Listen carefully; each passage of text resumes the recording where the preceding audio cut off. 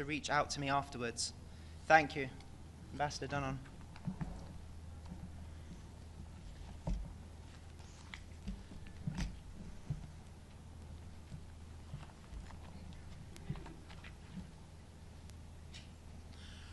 Good morning. Today we stand before you with a simple truth. The fight for the hostages is far from over. I would like to thank Ambassador Shai for standing with us today. Standing beside me is Ellie Sharabi, a man whose life was shattered on October 7. Ellie was taken from his home in Kibbutz Be'eri by Hamas terrorists, dragged into Gaza, and held underground for 491 days. For 491 days, he was beaten, starved, and tortured, chained like an animal in the darkness of Hamas's terror tunnels. When he was finally released, he returned to a nightmare. His wife, Lian, and their two daughters, Noya and Yael, were murdered. His brother, Yossi, was murdered in captivity and still remains in Gaza, denied even the dignity of burial. Ellie is here today because he survived. He is here to look into the eyes of those who have kept silent and tell them the truth. For too long, the UN has looked away. For too long, the Security Council has looked away. But Israel will not look away. We will not fail them. There are too many in this building who want us to turn the page and move on. There are others who mention the hostages as if they are checking a box, not because they really care for them. Some even fail to mention the hostages at all. However, after Ellie Sharabi's testimony, no one will be able to ignore them. No one will be able to simply check boxes. The world will hear his story, and the world will have to make a choice: to stand with the hostages or to stand with the terrorists. Thank you.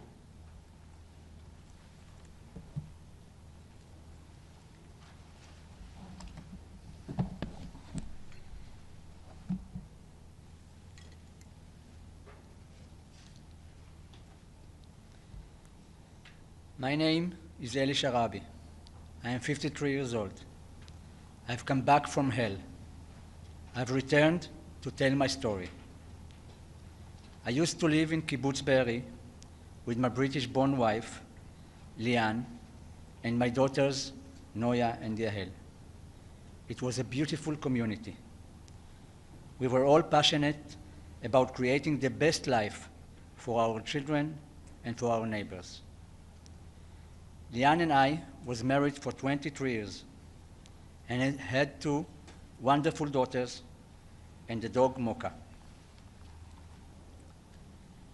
On October 7, my heaven turned to hell. Sirens began. Hamas terrorists invaded, and I was ripped away from my family, never to see them again. That morning, after the sirens began, I tried to reassure Lian. The army will come. They always come, I told her, but they didn't. The terrorists infiltrated our community. The terrorists broke down our door. The dog barked, and the terrorists opened fire. My wife and I threw ourselves over our daughters, screaming for them to stop. They dragged me away as I called out to my girls, "I will be back." I had to believe that. I didn't know I should have said goodbye forever.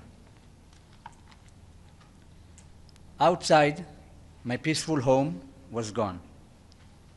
Over 100 terrorists were laughing, celebrating, filming themselves in our gardens.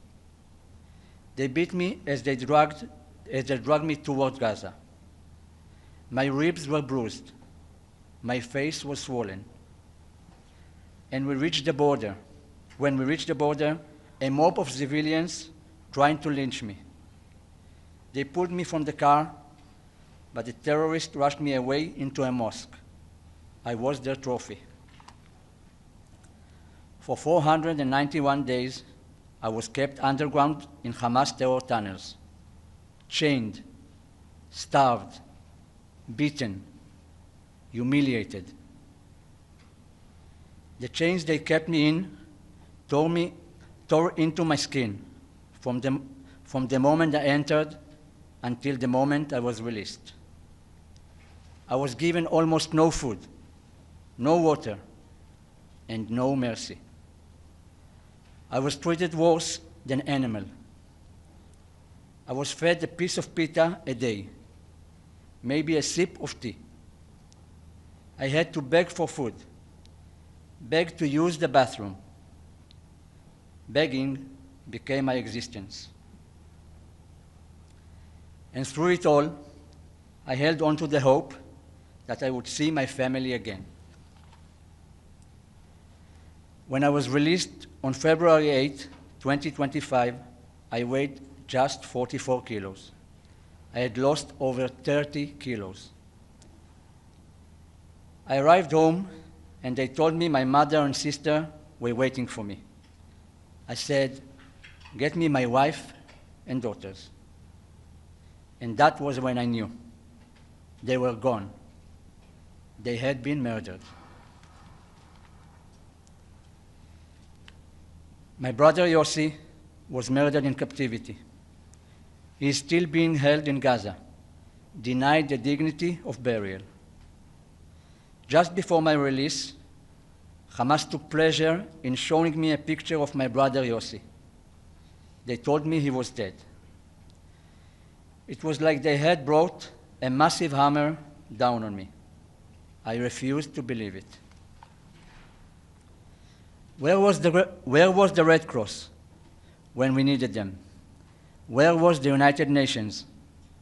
491 days of torment, 491 days of starvation, of being chained underground. And no one came. No one in Gaza helped me.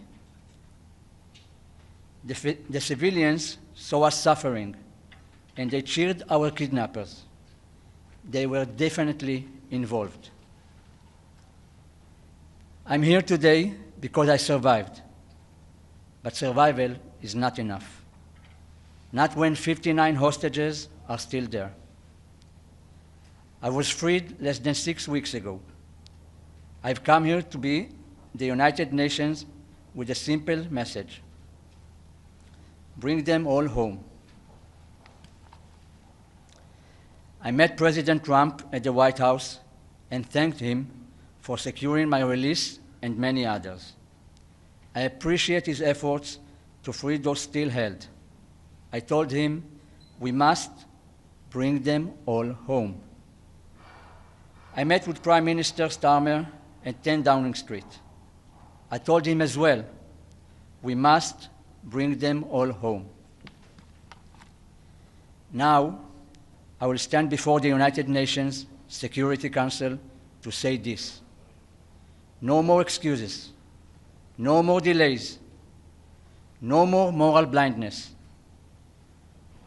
You cannot claim to stand for humanity and abandon those who are still in hell.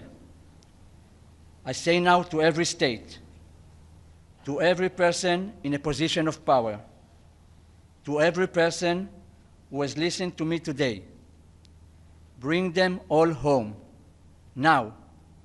Thank you.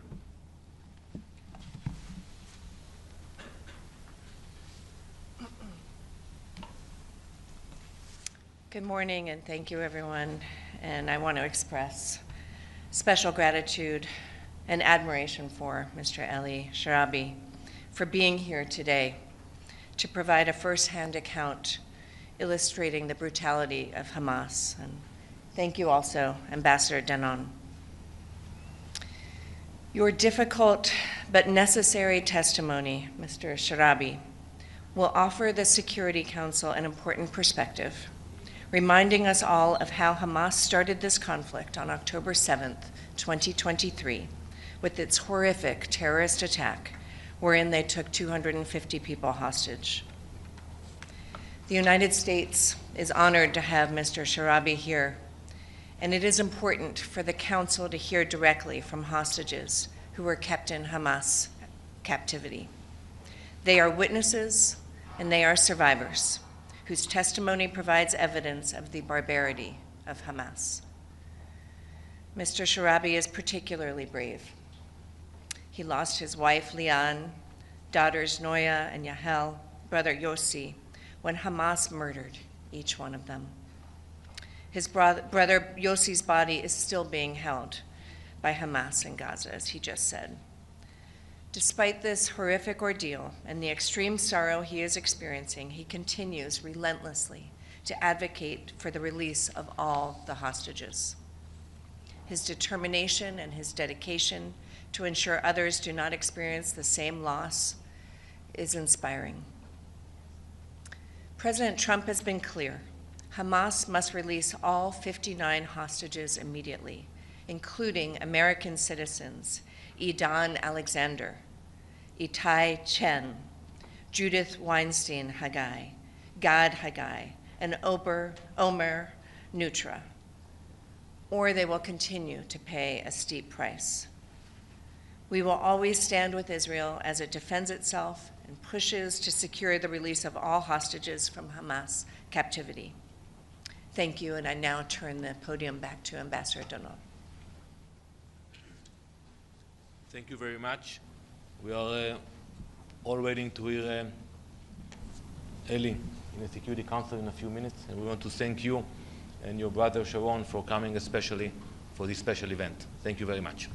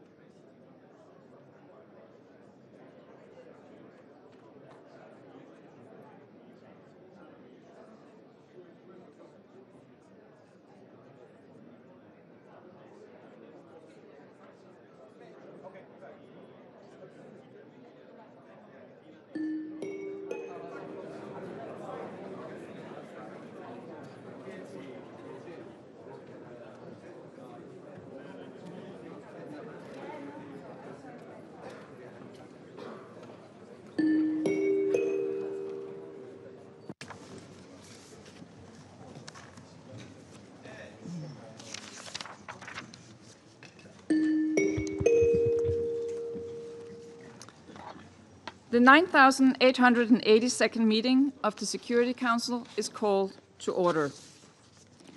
The provisional agenda for this meeting is the situation in the Middle East, including the Palestinian question. The agenda is adopted. In accordance with Rule 37 of the Council's Provisional Rules of Procedure, I invite the representative of Israel to participate in this meeting. It is so decided.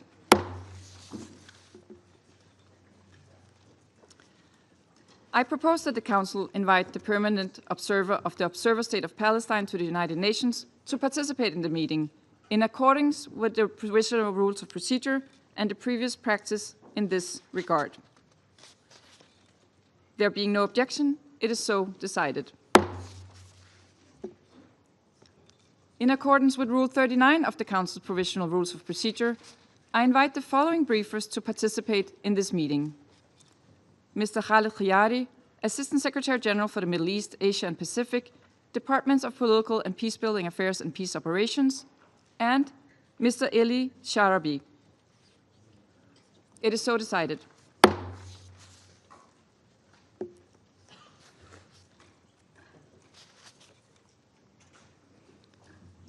The Security Council will now begin its consideration of item 2 of the agenda.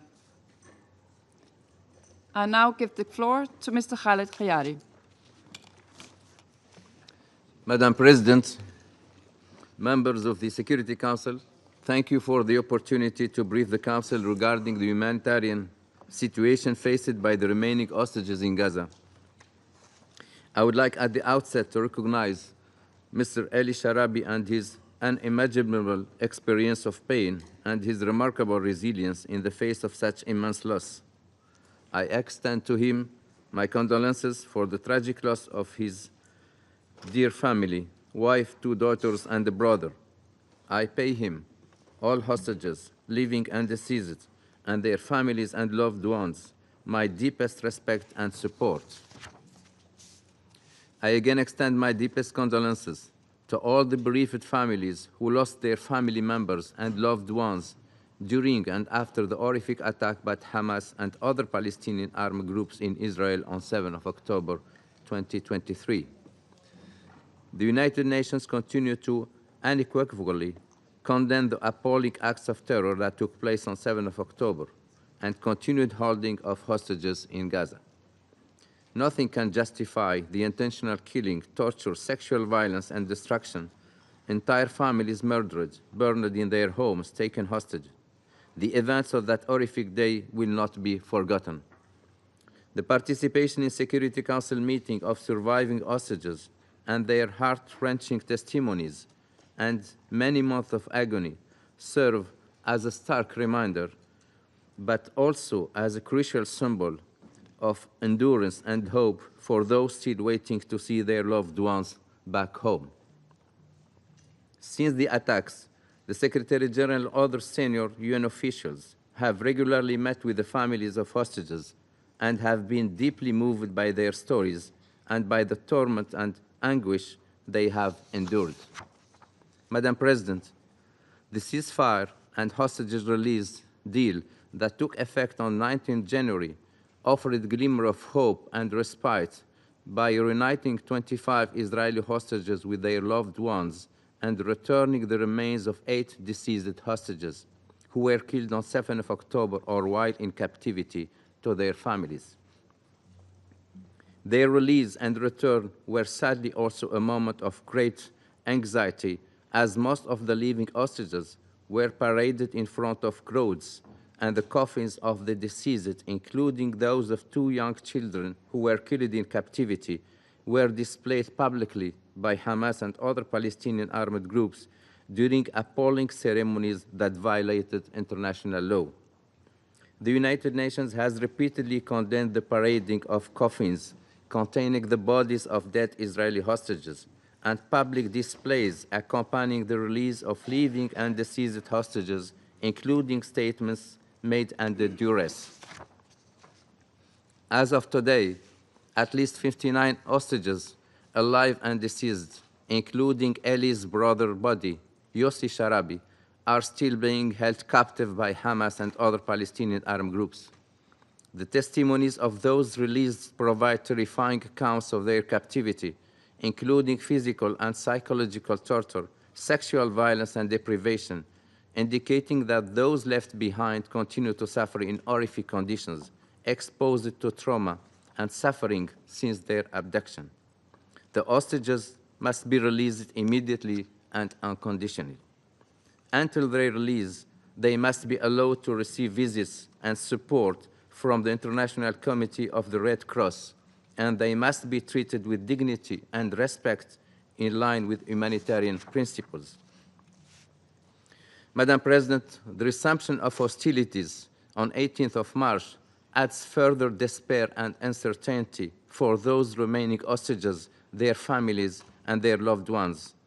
This resumption of hostilities amidst significant Israeli airstrikes in Gaza has also been devastating for the civilian population in the Strip. Hundreds of Palestinians have been killed, including women and children. Since the resumption of hostilities, one United Nations Office for Project Services, UNOPS, staff member has also been killed and several have been injured. Commissioner General of the United Nations Relief and Works Agency Lazzarini also informed that in the past few days, another 5 UNRWA staff have been confirmed killed. I reiterate that civilians must be protected, including personnel. The rights and dignity of all those affected by the conflict, whether in Israel, the occupied Palestinian territory, or elsewhere, must be respected and protected. We call on all parties to uphold their obligations under international humanitarian law and international human rights law. The return to hostilities threatens all civilians in Gaza. I echo the Secretary General's call for the resumption of serious negotiations, for the ceasefire to be respected, for unimpeded humanitarian assistance to be re-established, and for the remaining hostages to be released immediately and unconditionally. With every passing day, we move further away from the objective of returning the remaining hostages safely to their homes. This was also very clear from the rescued hostages, Ms. Noah Argamini's remarks to the Council last month, where she told us that every moment under captivity was lived in danger. The resumed hostilities in Gaza, compounded with the lack of access and rapidly deteriorating humanitarian situation, are exposing the remaining hostages to constant danger and life-threatening conditions. As Under-Secretary General Fletcher briefed you earlier this week, a renewed ceasefire is the best way of protecting civilians in Gaza, in the occupied Palestinian territory, and in Israel, releasing hostages and detainees and allowing aid and commercial supplies in. We remain steadfast in our commitment to protecting human rights, defending humanitarian principles, and supporting all efforts that promote peace, stability, and a more hopeful future for all people in the Middle East. We are also convinced that the only path to durable peace will be achieved when Israel and Palestine live side by side in peace and security, in line with international law and relevant UN resolutions, with Jerusalem as the capital of both states. The United Nations stands ready to do all it can to support the parties in reaching that objective, and it will continue to do all it can to support an end to this suffering. Once again, I reiterate the Secretary General's deep concern for this conflict's unbearable impact on the victims and his urgent call for the immediate and unconditional release of the hostages. Thank you, Madam President. And I thank Mr. Ghayari for his briefing. I now give the floor to Mr. Ellie Sharabi. My name is Ellie Sharabi. I am 53 years old. I've come back from hell. I've returned to tell my story. I used to live in Kibbutz Be'eri with my British-born wife, Liane, and my daughters, Noya and Yahel. It was a beautiful community.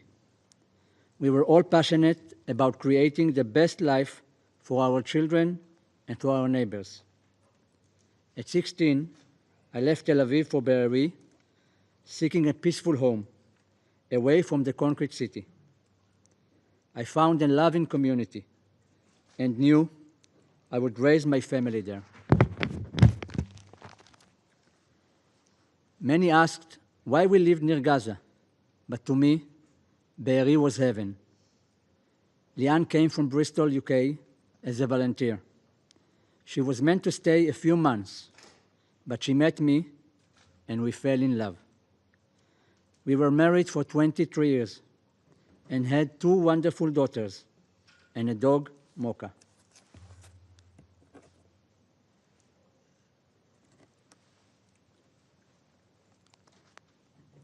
On October 7, my heaven turned to hell.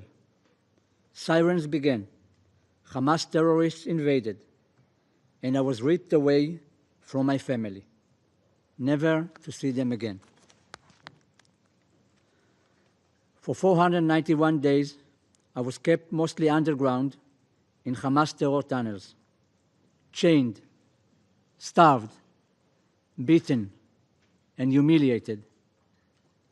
I was held captive in the darkness, isolated from the world by Hamas terrorists. They took pleasure in our suffering. I survived on scraps of food with no medical attention and no mercy. When I was released, I weighed just 44 kilos. I had lost over 30 kilos, nearly half my body weight. For 491 days, I held on to hope. I imagined the life we would rebuild. I dreamed of seeing my family again. Only when I returned home, I learned the truth. My wife and my daughters had been slaughtered by Hamas terrorists on October 7. I'm here today, less than 6 weeks ago after my release, to speak for those still trapped in that nightmare. For my brother Yossi, murdered in Hamas captivity, his body still held hostage. For Alon Oel, still 50 meters underground, I swore to him that I would tell his story. For Hirsch, Ori, Eden, Carmel, Almog and Alexander, murdered in cold blood by their captors. For every hostage still in Hamas' hands, I'm here to tell you the whole truth. On the morning of October 7, at 6:29 a.m., the red alerts began to come through on Liane's phone. I told her not to worry. It will be over soon, I said. Minutes later, we heard that terrorists were infiltrating our community. They were inside the kibbutz. Again, I reassured her, the army will come. They always come. We heard gunfire, screaming, explosions, and then we heard the terrorists at our door. We had no weapons, no way to fight back. Liane and I made a decision we would not resist. We hoped we could save our daughter. The door opened, our dog barked, the terrorist opened fire. Liane and I threw ourselves over our daughters, screaming for the terrorists to stop. Suddenly, 10 terrorists were inside my home. They took our phones. 2 of them grabbed me. They took my wife and daughters to the kitchen. I couldn't see them anymore. I didn't know what was happening to them. I was screaming their names, and they were screaming mine. I told Liane not to be afraid, but this was fear beyond anything I've ever felt. Then I knew I was being taken. As they dragged me out, I called out to my girls, I will be back. I had to believe that. But that was the last time I ever saw them. I didn't know I should have said goodbye forever.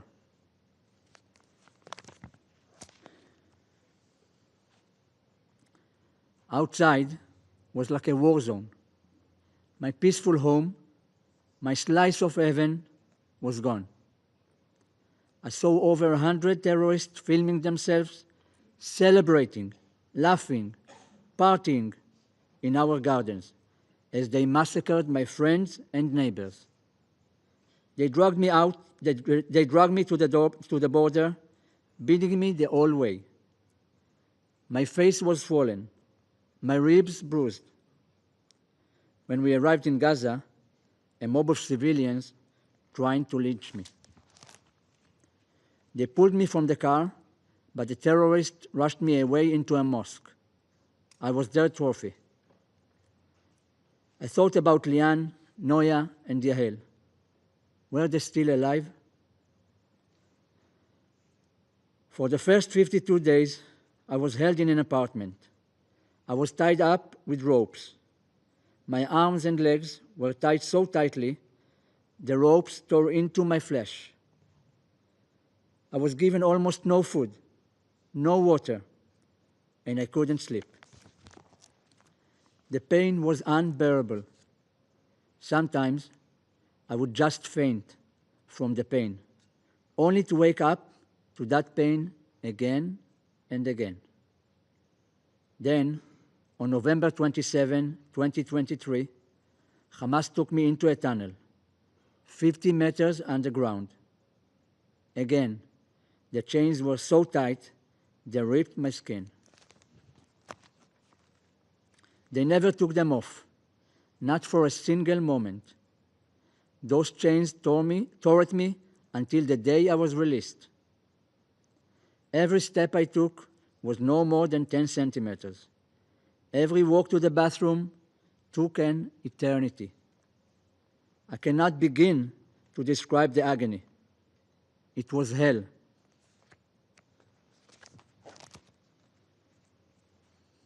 I was fed a piece of pita a day, maybe a sip of tea. Hunger consumed everything. They beat me. They broke my ribs. I didn't care. I just wanted a piece of bread. There was never enough food. Sometimes, if we begged enough, we would get something extra. We had to choose an extra piece of pita or a cup of tea. Sometimes they threw us dry dates, and it felt like the greatest gift in the world. We had to beg for food, beg to use the bathroom. Begging was our existence. We strategized over every meal. One day, I cut myself with a razor, just to make them believe I was injured. I collapsed on my way to the bathroom so they would think I was too weak and encourage them to give us more food. It worked. They gave us more food. We survived off those small victories. Do you know what it means to open a refrigerator? It is everything. To be able to reach and take a piece of fruit, an egg, a piece of bread. I dreamt of this simple act every day. For months, we lived like this. I stopped counting the days. Living as a hostage, you don't know how the day will begin, nor how it will end, whether you live or die. At any moment, they could beat you. At any moment, they could kill you. You wake up every day and do not know when you will be able to eat. It could be 12 p.m., 5 p.m., 11 p.m. This would be the only meal we would have. You hope and pray that there will be no surprises with the captors. You think about how desperately you want to shower. We only got one bath a month with half a bucket of cold water. Toothpaste, toilet paper, forget it. Psychological terror was constant. Every day they told us, the world has abandoned you. No one is coming.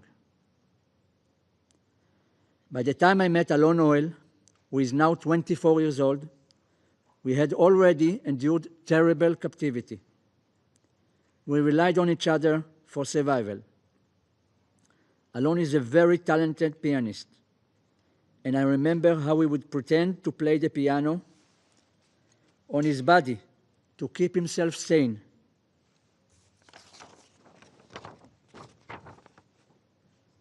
He doesn't look like anymore like that.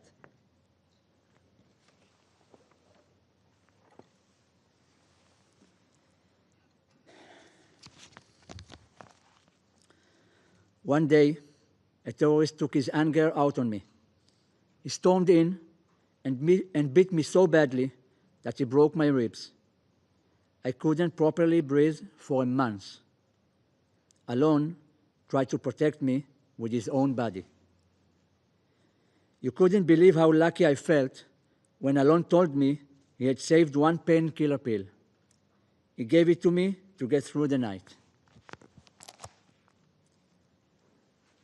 Alon still has a shrapnel in his right eye from the day he was kidnapped. He never received medical care. He never saw the Red Cross.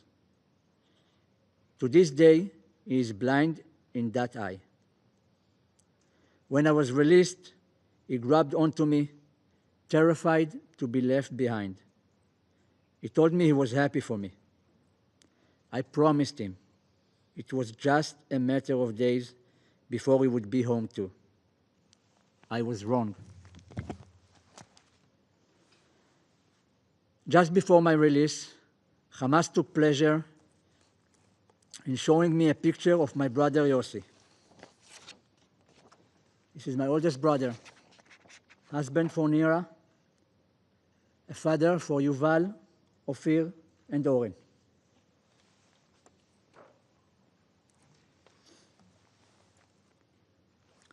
They told me he was dead. It was like they had brought a massive hammer down on me. I refused to believe it.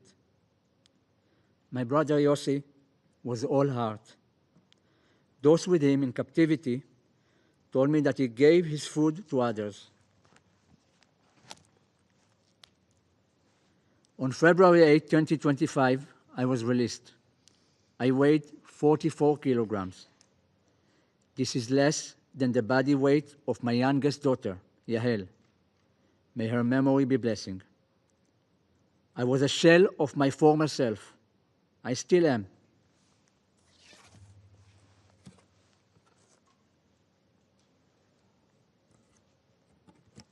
I couldn't believe how I looked.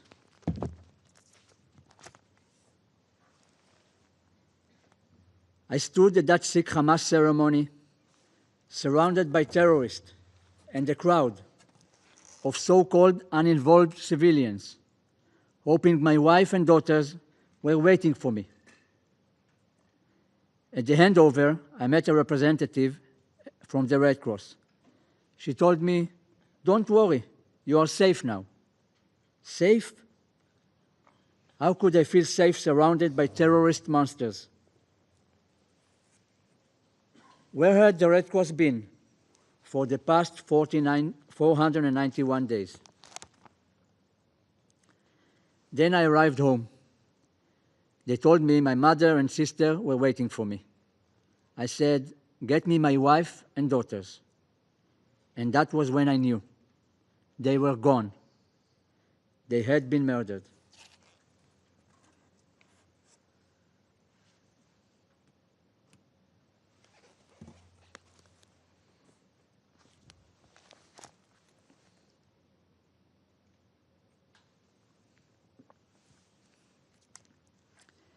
I'm here today because I survived and I prevailed. But that is not enough. Not when Alon Oel is still there. Not when 59 hostages are still there.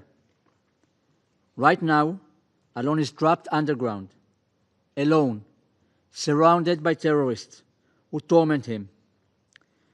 He doesn't know if he will ever see his mother, father, his entire beloved family again. I will not leave him behind. I will not leave anyone behind. Their time has almost run out. I'm here before you now to give my testimony and to ask, where was the United Nations? Where was the Red Cross? Where was the world?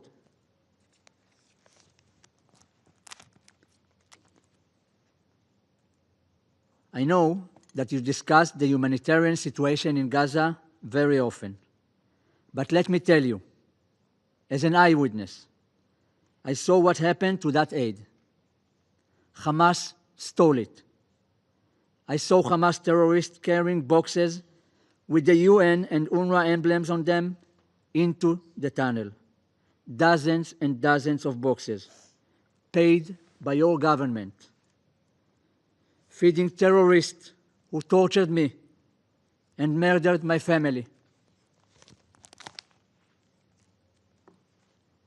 They would eat many meals a day from the UN aid in front of us, and we never received any of it. When you speak of humanitarian aid, remember this.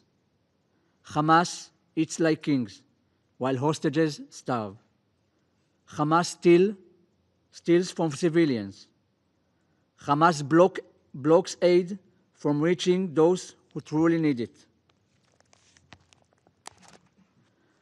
491 days. That is how long I starved. How long I was chained. How long I begged for humanity. And in all that time, no one came. And no one in Gaza helped me. No one. The civilians in Gaza saw us suffering.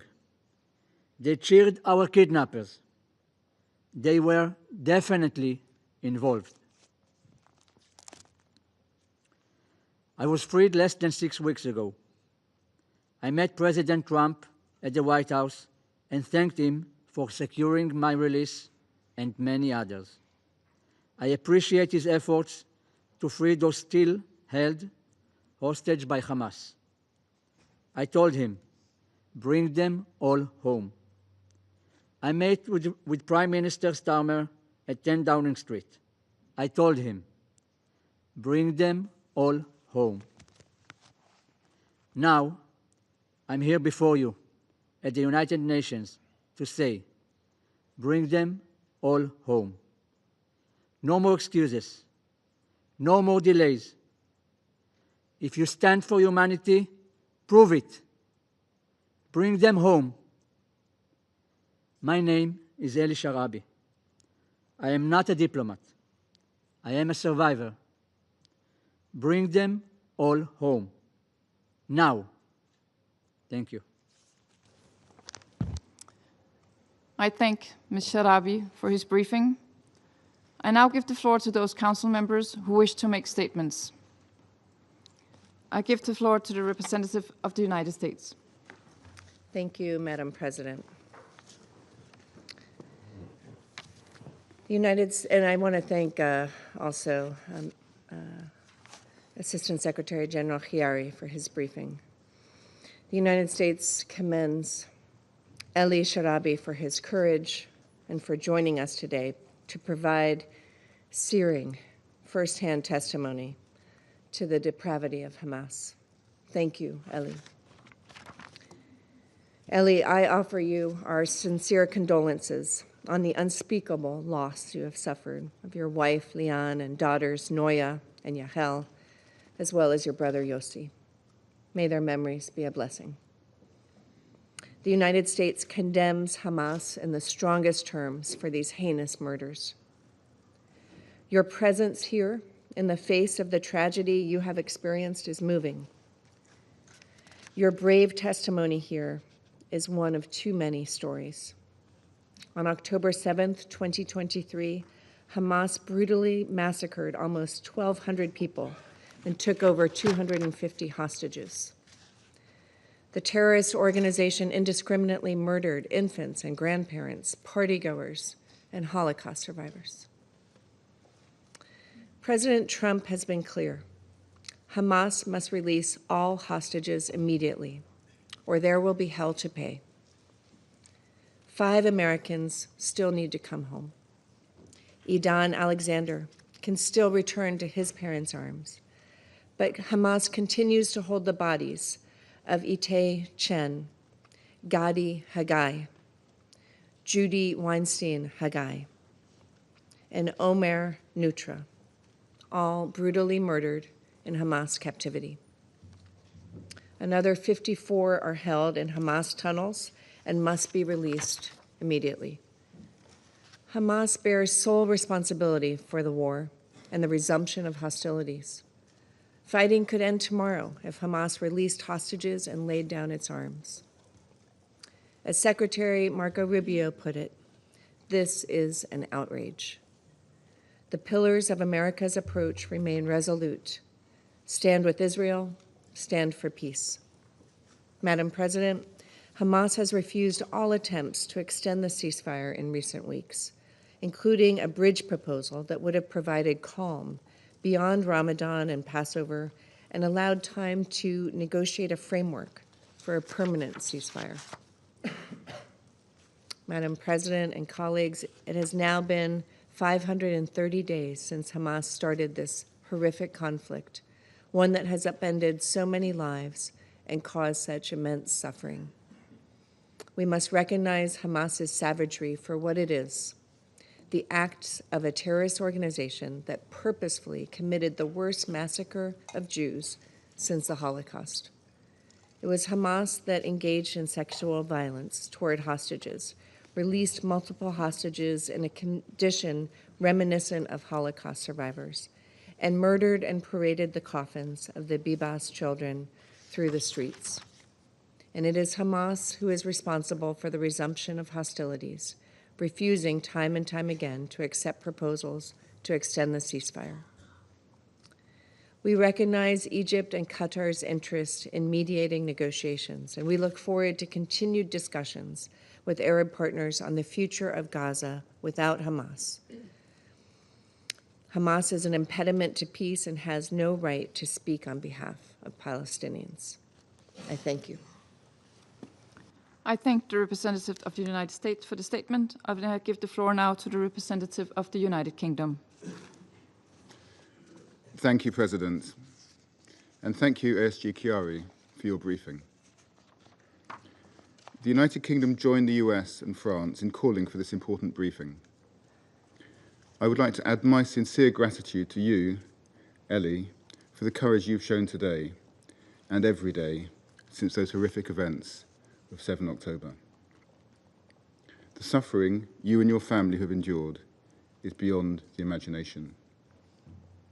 Hamas must be held accountable for their despicable actions, including the murder of your wife, Leanne, a British national, and your 2 daughters. Your powerful testimony also serves as a reminder of the anguish that the remaining hostages held by Hamas continue to endure. This Council has called for the immediate and unconditional release of all hostages in all 4 of our resolutions since October 7. I repeat that call today. This includes the release of hostage of Nathan Orr and the return of deceased hostages Shay Levinson and Ellie's brother, Yossi Sharabi, who also have strong links to the UK. We also remain deeply concerned by the appalling treatment of hostages during their captivity, as we have heard from Ellie today, and the shocking images we have seen around their release. In its dedicated reports, the UN has concluded that there were reasonable grounds to suspect sexual violence occurred during the 7th October attacks. President, the UK is also deeply concerned at reports of sexual and gender-based violence against Palestinian detainees by Israeli forces. These allegations must be fully investigated. We reiterate our call for the International Committee of the Red Cross to be granted unfettered and immediate access to the hostages in Gaza and Palestinian detainees. Granting ICRC access is a clear obligation under international humanitarian law. The suffering in Gaza has gone on for far too long. Just yesterday, we heard the tragic news that a UN compound in Deir al-Balah was hit, killing and injuring humanitarian workers, including a British national. Our thoughts are with the victims and their families. And as my Foreign Secretary has said, this appalling incident must be investigated transparently, and those responsible held to account. The protection of the UN and humanitarian workers is non-negotiable. And Israel must facilitate a rapid and unhindered resurgence in the flow of aid.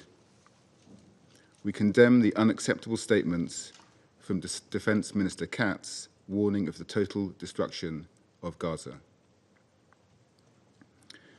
President, both Israel and Hamas agreed to a ceasefire deal in January, which provided for the release of all hostages through the 3 phases of the deal.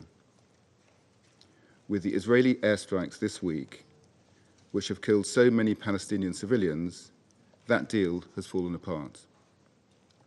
And with it, the best chance we had seen to return the hostages to their families and end the suffering. We call on the parties to urgently return to this deal, for the sake of the hostages and their families who continue to wait in agony for news of their loved ones, and for the sake of the Palestinians in Gaza, who have already suffered terribly. Diplomacy must be the way forward, not bloodshed. I thank you. I thank the representative of the United Kingdom for the statement. I now give the floor to the representative of France. Merci, Madame la Présidente. Je remercie tout d'abord Monsieur le Sous-secrétaire général pour son exposé. Et je remercie Monsieur Ellie Sharabi pour son témoignage poignant. À Genève, dans mes précédentes fonctions,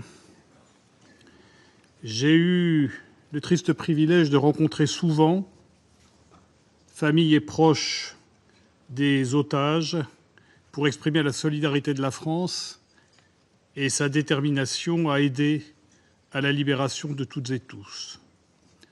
Recevez, Monsieur Sharabi, l'expression de ma solidarité et de mon respect au nom de mon pays. Recevez nos condoléances les plus profondes pour la perte que vous avez subie, la perte de celle que vous aimiez. Sachez que nous sommes d'autant plus solidaires que des Français aussi ont été détenus. L'un est revenu, l'autre ne reviendra jamais.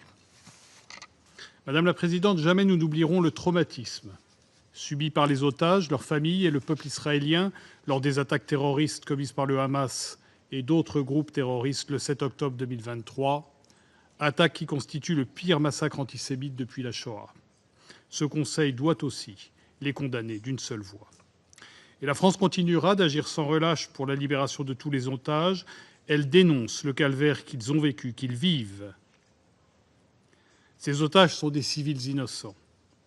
Ils sont utilisés par le Hamas avec un cynisme et une cruauté confondantes. Ils ont été et sont détenus en captivité dans des conditions inhumaines, soumis à des actes de torture qui constituent autant de crimes sans nom. Jamais le Hamas n'a accepté de respecter les lois du droit humanitaire, que ce soit le respect de la dignité des personnes ou simplement l'accès du CICR aux otages comme ils en ont le devoir. Tous les otages doivent être libérés, c'est une priorité absolue. Ils doivent l'être dans la dignité et sans condition. Le Hamas doit mettre un terme aux traitements dégradants et humiliants infligés aux otages. La scénarisation de ces libérations, qui s'ajoute au traumatisme déjà subi, renvoie à des heures sombres de l'histoire. La France réitère sa solidarité sans faille avec les otages, leurs familles et leurs proches. Madame la Présidente, nous reconnaissons le droit d'Israël à protéger ses habitants. le devoir d'Israël d'assurer la protection de son pays et de son peuple. Nous reconnaissons le droit d'Israël à se défendre. Nous condamnons une nouvelle fois les récentes attaques à la roquette du Hamas contre Israël et nous condamnons sans aucune forme de restriction le recours du Hamas à la torture, à la violence aveugle. Mais est-ce en infligeant de nouvelles souffrances à la population palestinienne qu'Israël sera plus sûr ? La reprise des bombardements israéliens, au nom de la libération des otages, n'est pas la solution. Au contraire, et la France la condamne. Le blocus humanitaire à nouveau imposé par les autorités israéliennes à Gaza doit cesser. Par ailleurs, la France condamne l'attaque contre un bâtiment des Nations Unies dans la bande de Gaza le 19 mars, qui a causé la mort d'un employé d'UNIROPS et grièvement blessé plusieurs autres. Elle adresse ses condoléances aux proches de la victime et aux Nations Unies. Elle souhaite un prompt rétablissement aux blessés. Toute la lumière doit être faite sur les responsabilités de cet incident très grave. La protection du personnel humanitaire doit être garantie. Au-delà, nous appelons les parties à reprendre le chemin ouvert par l'accord de janvier. Libération sans condition de tous les otages dans la dignité. Reprise immédiate de l'aide humanitaire. Cessez-le-feu. Lancement des négociations de paix. Nous apportons tout notre soutien aux efforts des États-Unis, de l'Égypte, du Qatar, pour que soit retrouvé le chemin du cessez-le-feu. Et seul un règlement politique global du conflit israélo-palestinien permettra aux Israéliens et aux Palestiniens de vivre côte à côte, en paix et en sécurité. C'est dans cet esprit que la France prépare avec l'Arabie saoudite une conférence internationale en juin pour la mise en œuvre de la solution des deux États. Elle aura lieu ici à New York. Je vous remercie. The representative of France for the statement, and I give the floor to the representative of Somalia.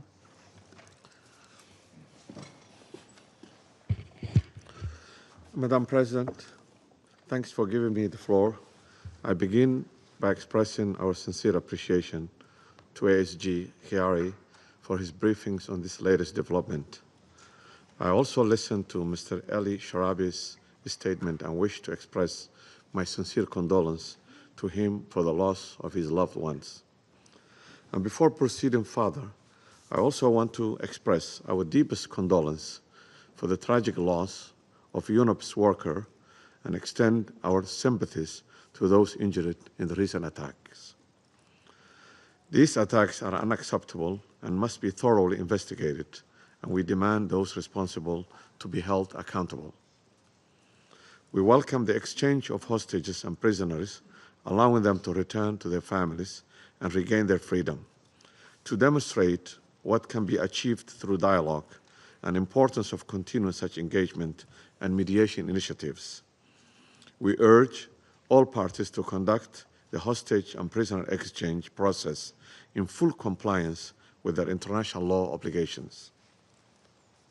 Furthermore, we call on all parties to build on this momentum to commit to full implementation of the ceasefire in good faith. Madam President, our worst fears have materialized a few days ago. The situation in both Gaza and West Bank has deteriorated beyond our gravest concerns. The past 48 hours have we witnessed the devastating escalation. Last night, the IDF strike hit multiple homes in the middle of the night, killing and injuring sleeping families, mainly women and children. This follows Tuesday's attack, where many of the casualties remain unaccounted for and still under the ruins of destroyed buildings. These attacks bring more death and destruction to an already traumatized civilian populations. The past 3 weeks have seen a profound rollback of humanitarian progress, with the delivery of aid at the scale effectively ended since March 2nd. Gaza has been cut off from the life-saving supplies, including fuel, food, electricity, and medicine. We must reiterate, Israel, as occupying power, has a clear obligation under the international law to ensure the civilians have access to essential goods and services, including humanitarian assistance. Madam President, As we are all aware, the blockade coincided with the holy month of Ramadan, has worsened an already dire situation in Gaza. Reports indicate only 1 out of 10 people in Gaza have access to clean water, and the only desalination plant have been forced to close due to electricity cut. We categorically condemn the use of starvation as a weapon of war and reject any attempt to leverage humanitarian aid as bargaining chip in the ceasefire negotiations. Such tactics constitute clear violation of international humanitarian law and human dignity. Equally alarming is the escalating violence in the West Bank, including the continued expansion of illegal settlement activities and forced displacement of the Palestinians from their homes. The international community must stand united against any attempts to alter the demographic composition or forcibly displace Palestinians from their camps and cities or annex any part of the West Bank or Gaza under any pretext. Such actions will constitute a grave violation of international law and amount to ethnic cleansing. Madam President, looking to the future, the path is clear. First, we must ensure unimpeded humanitarian access and address a severe underfunding of humanitarian response efforts, which currently stands at the mere 4% of required resources. Second, we call for an immediate renewal of the ceasefire and cessation of all hostilities. All parties should commit to the implementation of the Security Council Resolution 2735 in all its aspects and engage in good faith with mediationists from Egypt, Qatar, and United States toward the completion of the second and third phases of the ceasefire agreement. Last but not the least, the end of occupation and full recognition of free, sovereign, and independent Palestine with Al-Quds al-Sharif as its capital in accordance with the relevant resolutions remains the only sustainable option to resolve this long-standing conflict. Madam President, to conclude, we reaffirm an unwavering commitment to the international law and the principles enshrined in the UN Charter. The path forward requires our collective duty to immediate action to demand accountability, uphold justice, and work toward a future where Palestinian children no longer grow up under the shadow of war, but rather can live in peace, dignity, and prosperity in their land with their loved ones. I thank you. I thank the representative of Somalia for the statement. I give the floor now to the representative of Panama. Gracias, señora Presidente. Panamá saluda la convocatoria de esta sesión y agradece al subsecretario general para Medio Oriente, Asia y el Pacífico, Mohamed Khaled Kiari, por la información que ha compartido. Panamá también desea reconocer la presencia y la valentía del señor Ellie Sharabi, cuya dramática experiencia refleja el profundo sufrimiento que este conflicto ha impuesto a tantas familias. Su conmovedora historia es un testimonio del inmenso costo humano de esta tragedia.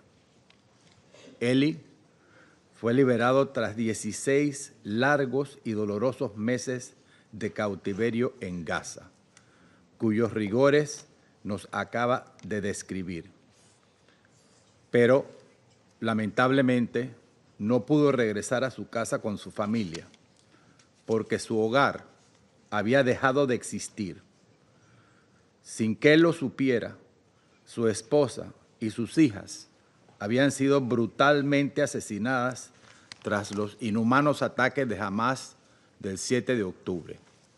Su hermano Yossi sigue desaparecido.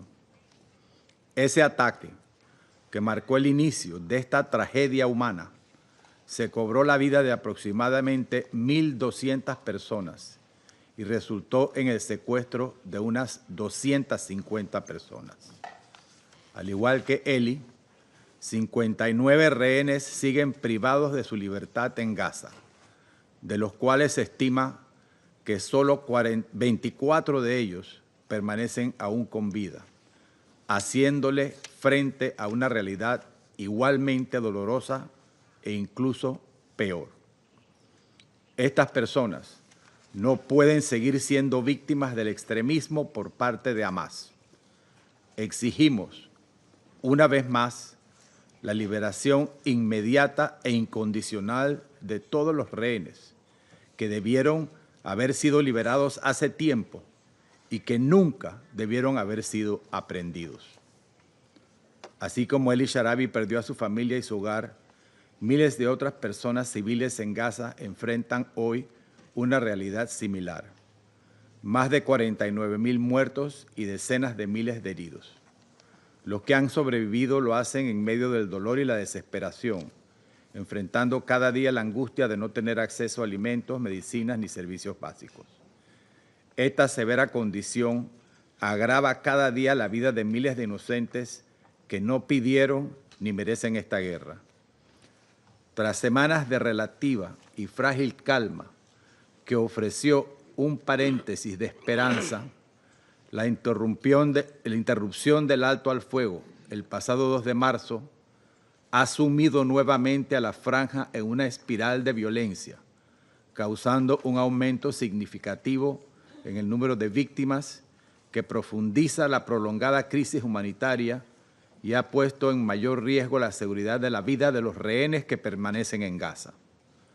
No podemos olvidar a los 284 miembros del personal humanitario de Naciones Unidas que han perdido la vida en Gaza desde el 7 de octubre de 2023. Su valentía y dedicación, demostradas al continuar su labor pese a los enormes riesgos que enfrentan a diario, merecen nuestro más profundo reconocimiento.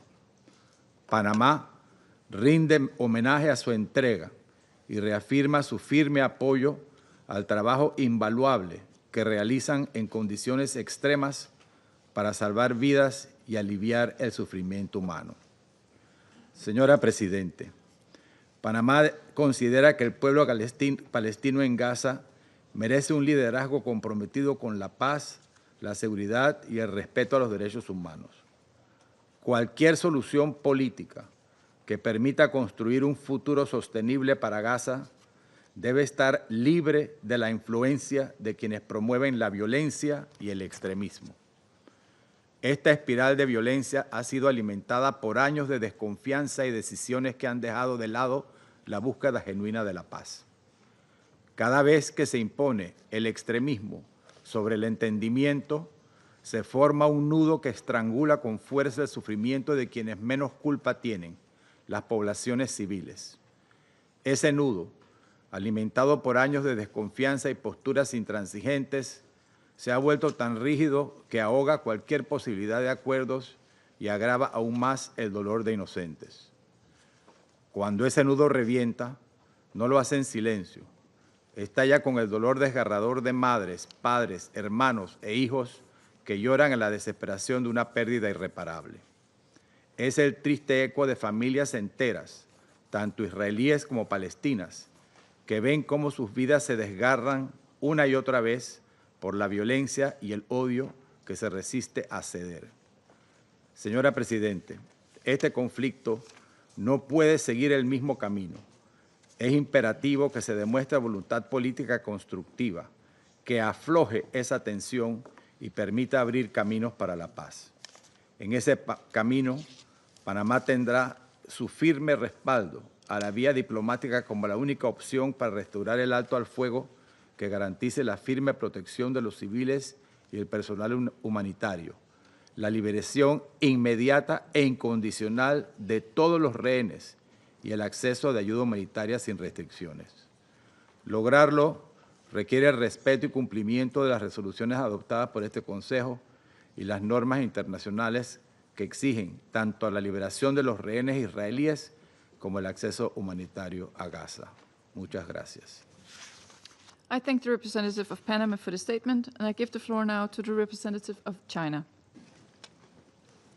主席，我感谢基亚利副秘书长的通报，我也感谢沙拉比先生的发言。我们对你的遭遇和失去亲人的痛苦表示同情。15个月的冲突使加沙面目全非，使许多人遭受了难以承受的痛苦。我们衷心希望所有的痛苦都可以结束，希望所有人质和被扣押人员尽快获释，希望加沙恢复和平。但局势发展事与愿违。以色列从3月17日开始实施大规模空袭，在加沙重新挑起战火，使停火协议崩溃，制造了更多的痛苦和死亡。中方对此表示严重关切。把加沙置于炮火威胁之下，恐怕不会让人质更安全。事实上，我们听到一些人质家属也很担心，重开战火将让人质更加危险。希望维持停火，有利于人质早日回家。残酷事实已经证明，实现持久停火是拯救生命、让人质回家的最好方式。我们敦促以色列放弃使用武力的执念，停止对加沙的军事行动。希望停火协议的保障国秉持公正、负责任的态度，采取行动，推动停火协议3阶段连贯落实，在加沙实现持久停火。加沙民众在躲避战火的同时，正在遭受严峻的人道灾难和流离失所之苦。以色列先后切断加沙物资准入和电力供应，并在多地发布强制撤离令。这是对200万平民的实施的集体惩罚，没有任何正当理由。禁止人道物资进入加沙，可能也会使剩余的人质被剥夺生存下去的基本需求。以色列作为占领方，应该履行国际人道法义务，立即解除封锁，全面恢复加沙的人道物资准入。我们也重申反对任何针对联合国人员和人道工作者的袭击。主席，每个人的生命都是宝贵的。巴勒斯坦人民和以色列人民享有平等的生存权利和发展权利。巴以冲突几十年循环往复，让双方几代人生活在阴影之中。只有全面落实两国方案，实现巴勒斯坦独立建国，实现巴以两国和平共处，才能持久保障巴勒斯坦人民和以色列人民的安全和福祉。我们呼吁国际社会加大努力，推进落实两国方案的政治进程。中方将发挥建设性作用，为恢复中东地区和平，实现巴勒斯坦问题全面、公正、持久解决，做出不懈努力。谢谢主席。I thank the representative of China for the statement, and I give the floor to the representative of the Republic of Korea. Thank you, Madam President. I also thank airstrikes for his detailed briefing. I also thank Mr. Ellie Sharabi for your powerful testimony to your unspeakable suffering.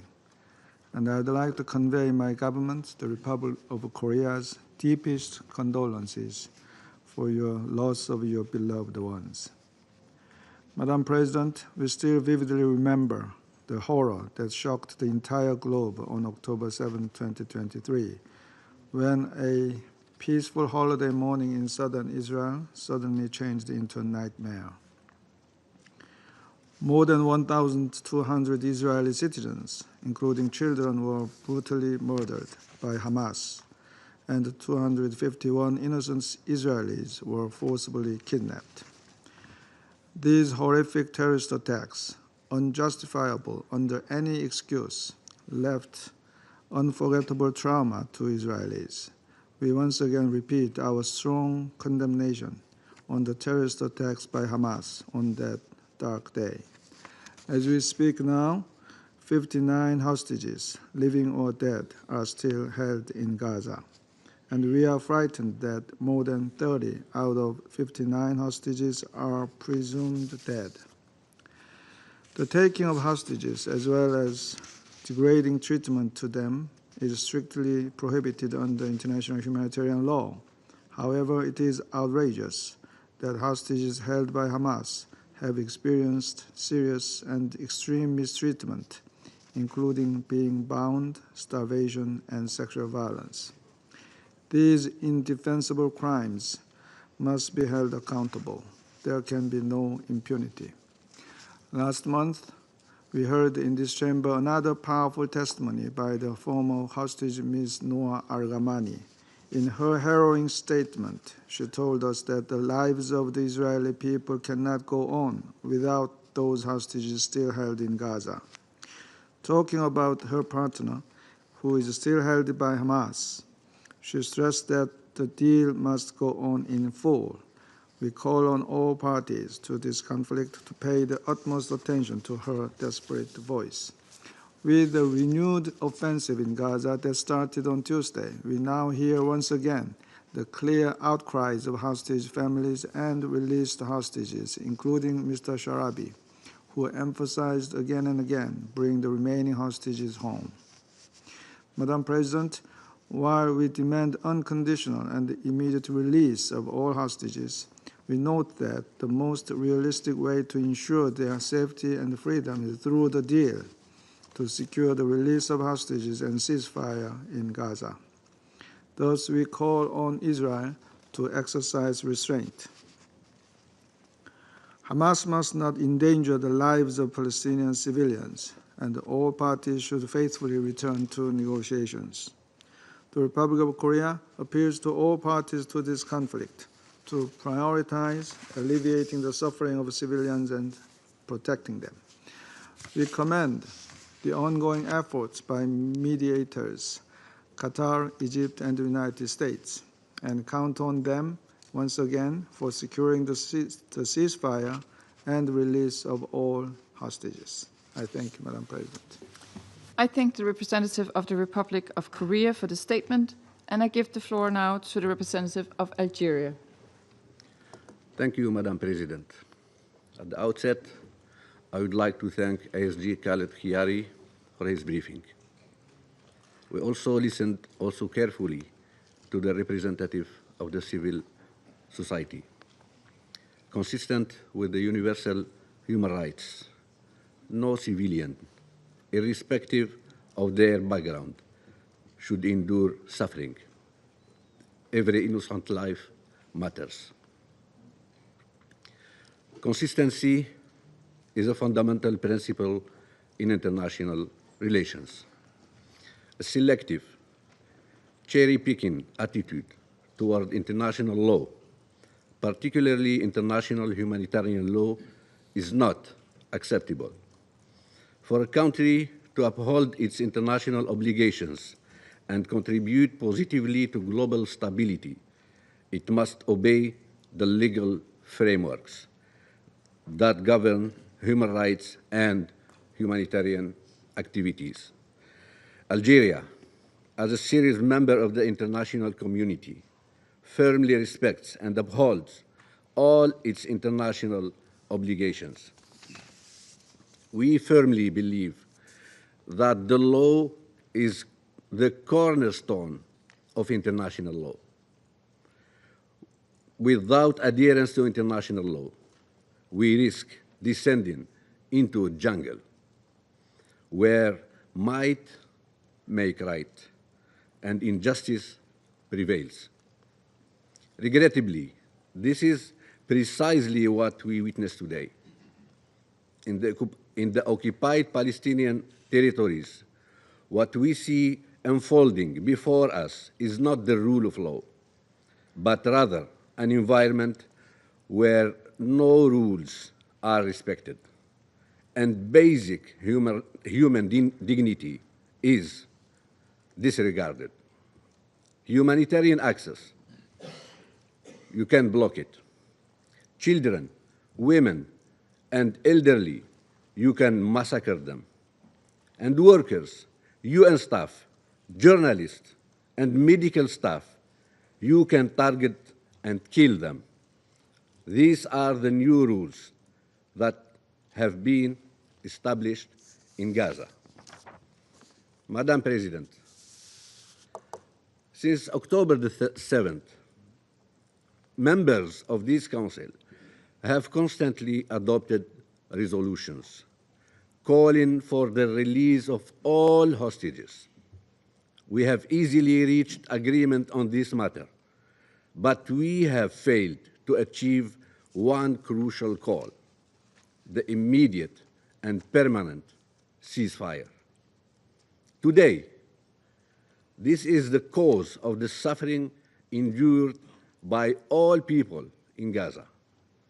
The failure to impose this essential measure prolonged the pain and devastation in Gaza, the pain on all sides. Madam President, international humanitarian and human rights law guarantees the rights of individuals in captivity, ensuring their dignity and human treatment. Moreover, the principle of non-reciprocity, a cornerstone of international humanitarian law, prohibits revenge or retaliation. Even during times of conflict, the protection of human dignity must remain a priority. Suffering cannot justify another suffering. However, it is with great regret that we observe the Israeli occupying powers' blatant disregard for these fundamental principles. To illustrate this, first, over 9,500 Palestinians are currently detained in Israeli prisons, with more than 3,400 held under administrative detention, without charges or trial. Why are these individuals arrested? What legal ground justify their detention? Second, since October 7th, the Israeli occupying authorities have cut off all cooperation with the ICRC, rendering detainees disappeared. Third, one of the most grotesque violations involves the Israeli practice of holding the bodies of dead Palestinians. Before October 7th, the number of such bodies was estimated at approximately 400, some dating back as far as the 80s. Today, the number exceeds 600. Madam President, the international community must come together to ensure full compliance with international law. Double standards and selective enforcement of these principles are unacceptable. The law must be upheld universally, without exception, to protect the rights of all individuals, regardless of their nationality or the conflict they find themselves in. Only by holding all parties to the same legal standards can we hope to bring an end to the suffering and build a just and lasting peace. I thank you. Thank the representative of Algeria for the statement, and I give the floor to the representative of Pakistan. Thank you, Madam President. Madam President, we thank Assistant Secretary General Khalid Keri for his briefing to the Council this morning.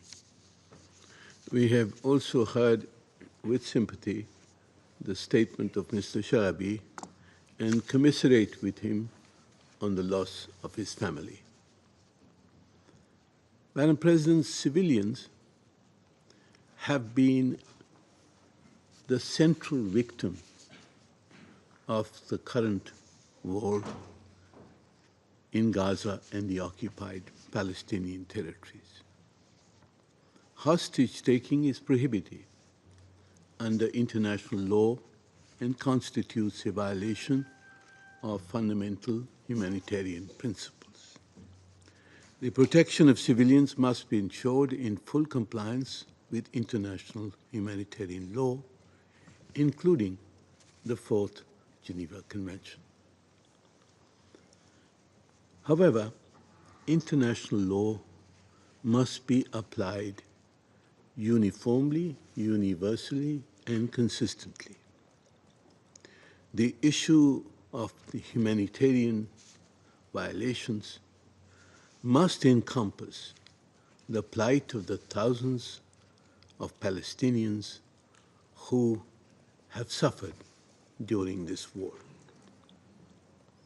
We cannot forget the thousands of Palestinians, including women and children, who remain arbitrarily detained, subjected to torture, and held in inhumane conditions in Israeli prisons. Many have lost their lives due to mistreatment and medical neglect. Our colleague from Algeria has just outlined this suffering of Palestinian detainees. The international community must not turn a blind eye to their suffering. Justice and human rights cannot be applied selectively. For illustration, the recent report of the Commission of Inquiry stated that Israel's systematic use of sexual, reproductive, and other forms of gender-based violence since October 7, 2023, and it found, and I quote, Israeli forces have committed the crime against humanity of persecution based on gender. Madam President, we must turn to ending the suffering in Gaza, in the occupied Palestinian territories, and in the region. The ceasefire agreement facilitated by Egypt, Qatar, and the United States offered a glimmer of hope. It led to the release of hostages and temporarily alleviated the suffering of the Palestinian people. Yet, tragically, this opportunity was sabotaged by the political interests of some Israeli politicians who prioritized their survival through the continuation of the war. We condemn the resumption of Israel's attacks on Gaza and the indiscriminate killing of Palestinian civilians through bombardments through the air as well as artillery. We also deplore the killing of the UNOPS official and the UNRWA members and commiserate with their families. And we must ask whether this resumption of war is good for the hostages. Is it good for the Palestinians? Certainly not. The ongoing attacks, blockade, mass displacement, and relentless bombardment have created an unprecedented humanitarian catastrophe. The Palestinians are being killed indiscriminately and with impunity. This is not the way to secure the release of the hostages.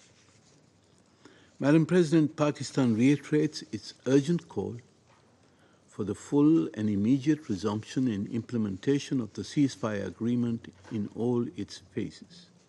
This must include permanent cessation of hostilities, the complete withdrawal of Israeli forces from Gaza, unrestricted humanitarian access, and a comprehensive reconstruction plan for Gaza.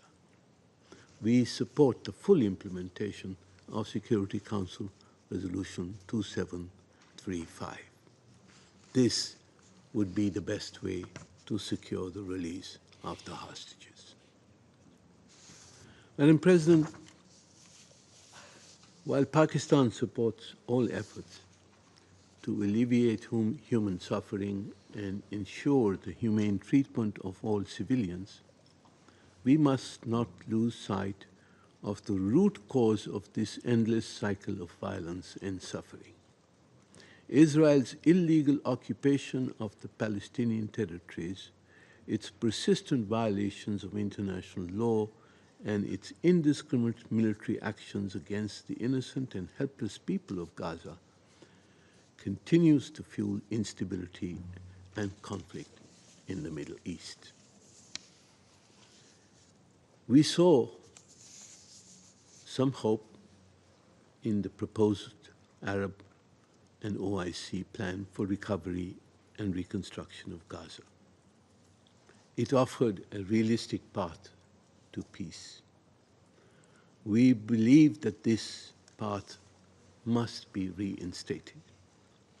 A just and lasting peace can only be achieved through the revival of a credible and irreversible political process towards a two-state solution, leading to the establishment of an independent, sovereign Palestinian state within the pre-1967 borders, with Al-Quds al-Sharif as its capital.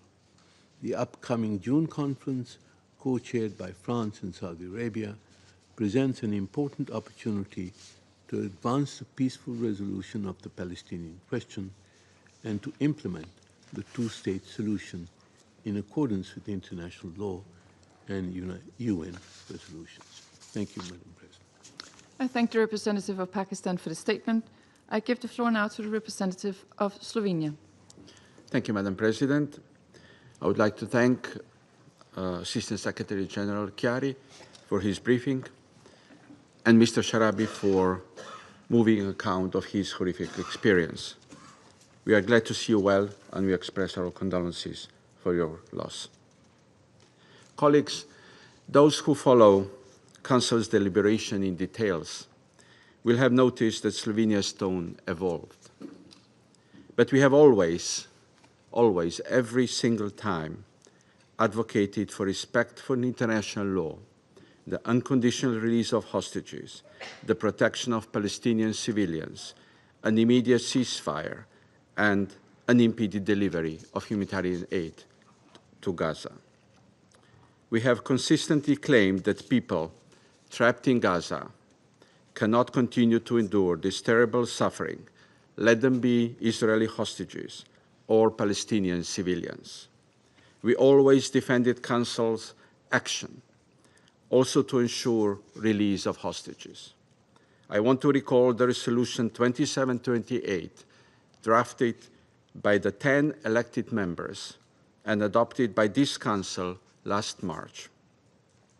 It contains a clear demand, quote, for immediate and unconditional release of all hostages, end of quote. Colleagues, we once again condemn terrorist attacks on October 7 and hostage-taking by Hamas and other armed groups. We are appalled by this violation of international law. Every hostage needs to return home and rejoin with their loved ones. They need to feel again the warmth of the sunlight. And ultimately, they need to see accountability for violations and abuses perpetrated against them, including those against Mr. Sharabi. During recent ceasefire, 25 hostages were released and the remains of 8 were returned. We welcome every life freed. We were devastated following the return of remains of those who died in custody, in captivity, in particular the Bibas family. We deeply regret that the negotiations to secure the release of the rest of hostages have not continued, and the process of finding a peaceful solution through dialogue has stalled. Will cutting electricity, halting humanitarian aid, or intensifying military operations truly bring the remaining hostages home alive, or will that put them in additional danger? We disagree that the return to fighting was a necessity. War is never a necessity, but a choice. There is no military solution to any conflict, and neither is to the one in Gaza. It is only peace that would bring hostages home sooner. The best option for them to enjoy freedom again is respecting the ceasefire agreement in line with Resolution 2735. We support it and joined the appeal by hostage Noah Argamani made here in the Council chamber a month ago for the deal to go on in full and completely in all the stages. We therefore once again thank and appeal to mediators, the United States, Egypt, and Qatar, to continue their tireless engagement. And we urge Hamas and Israel to return to negotiations table in good faith. Madam President, I would like to extend our condolences to all families and friends of hostages that have lost their loved ones. All remaining hostages need to be released immediately. This is our demand that we continue to voice since October 7. Hostages should be treated with humanity and with respect for the inherent human dignity, including during their release. The ICRC must be granted access to them. I repeat, suffering of hostages should never be a bargaining chip. Neither should humanitarian aid ever be weaponized. Finally, we fundamentally disagree with the notion that the loudest voices on human rights lost their voice. Not all of us. Slovenia proudly stands for human rights and protection of all civilians in all situations. And with this in mind, we cannot accept that the war in Gaza continues to be fought by sacrificing lives of Israeli hostages, Palestinian civilians, as well as humanitarian workers.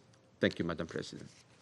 I thank the representative of Slovenia for the statement, and I give the floor to the representative of Sierra Leone. Thank you, Madam President. I thank Assistant Secretary General Khalid Kiari for his important briefing.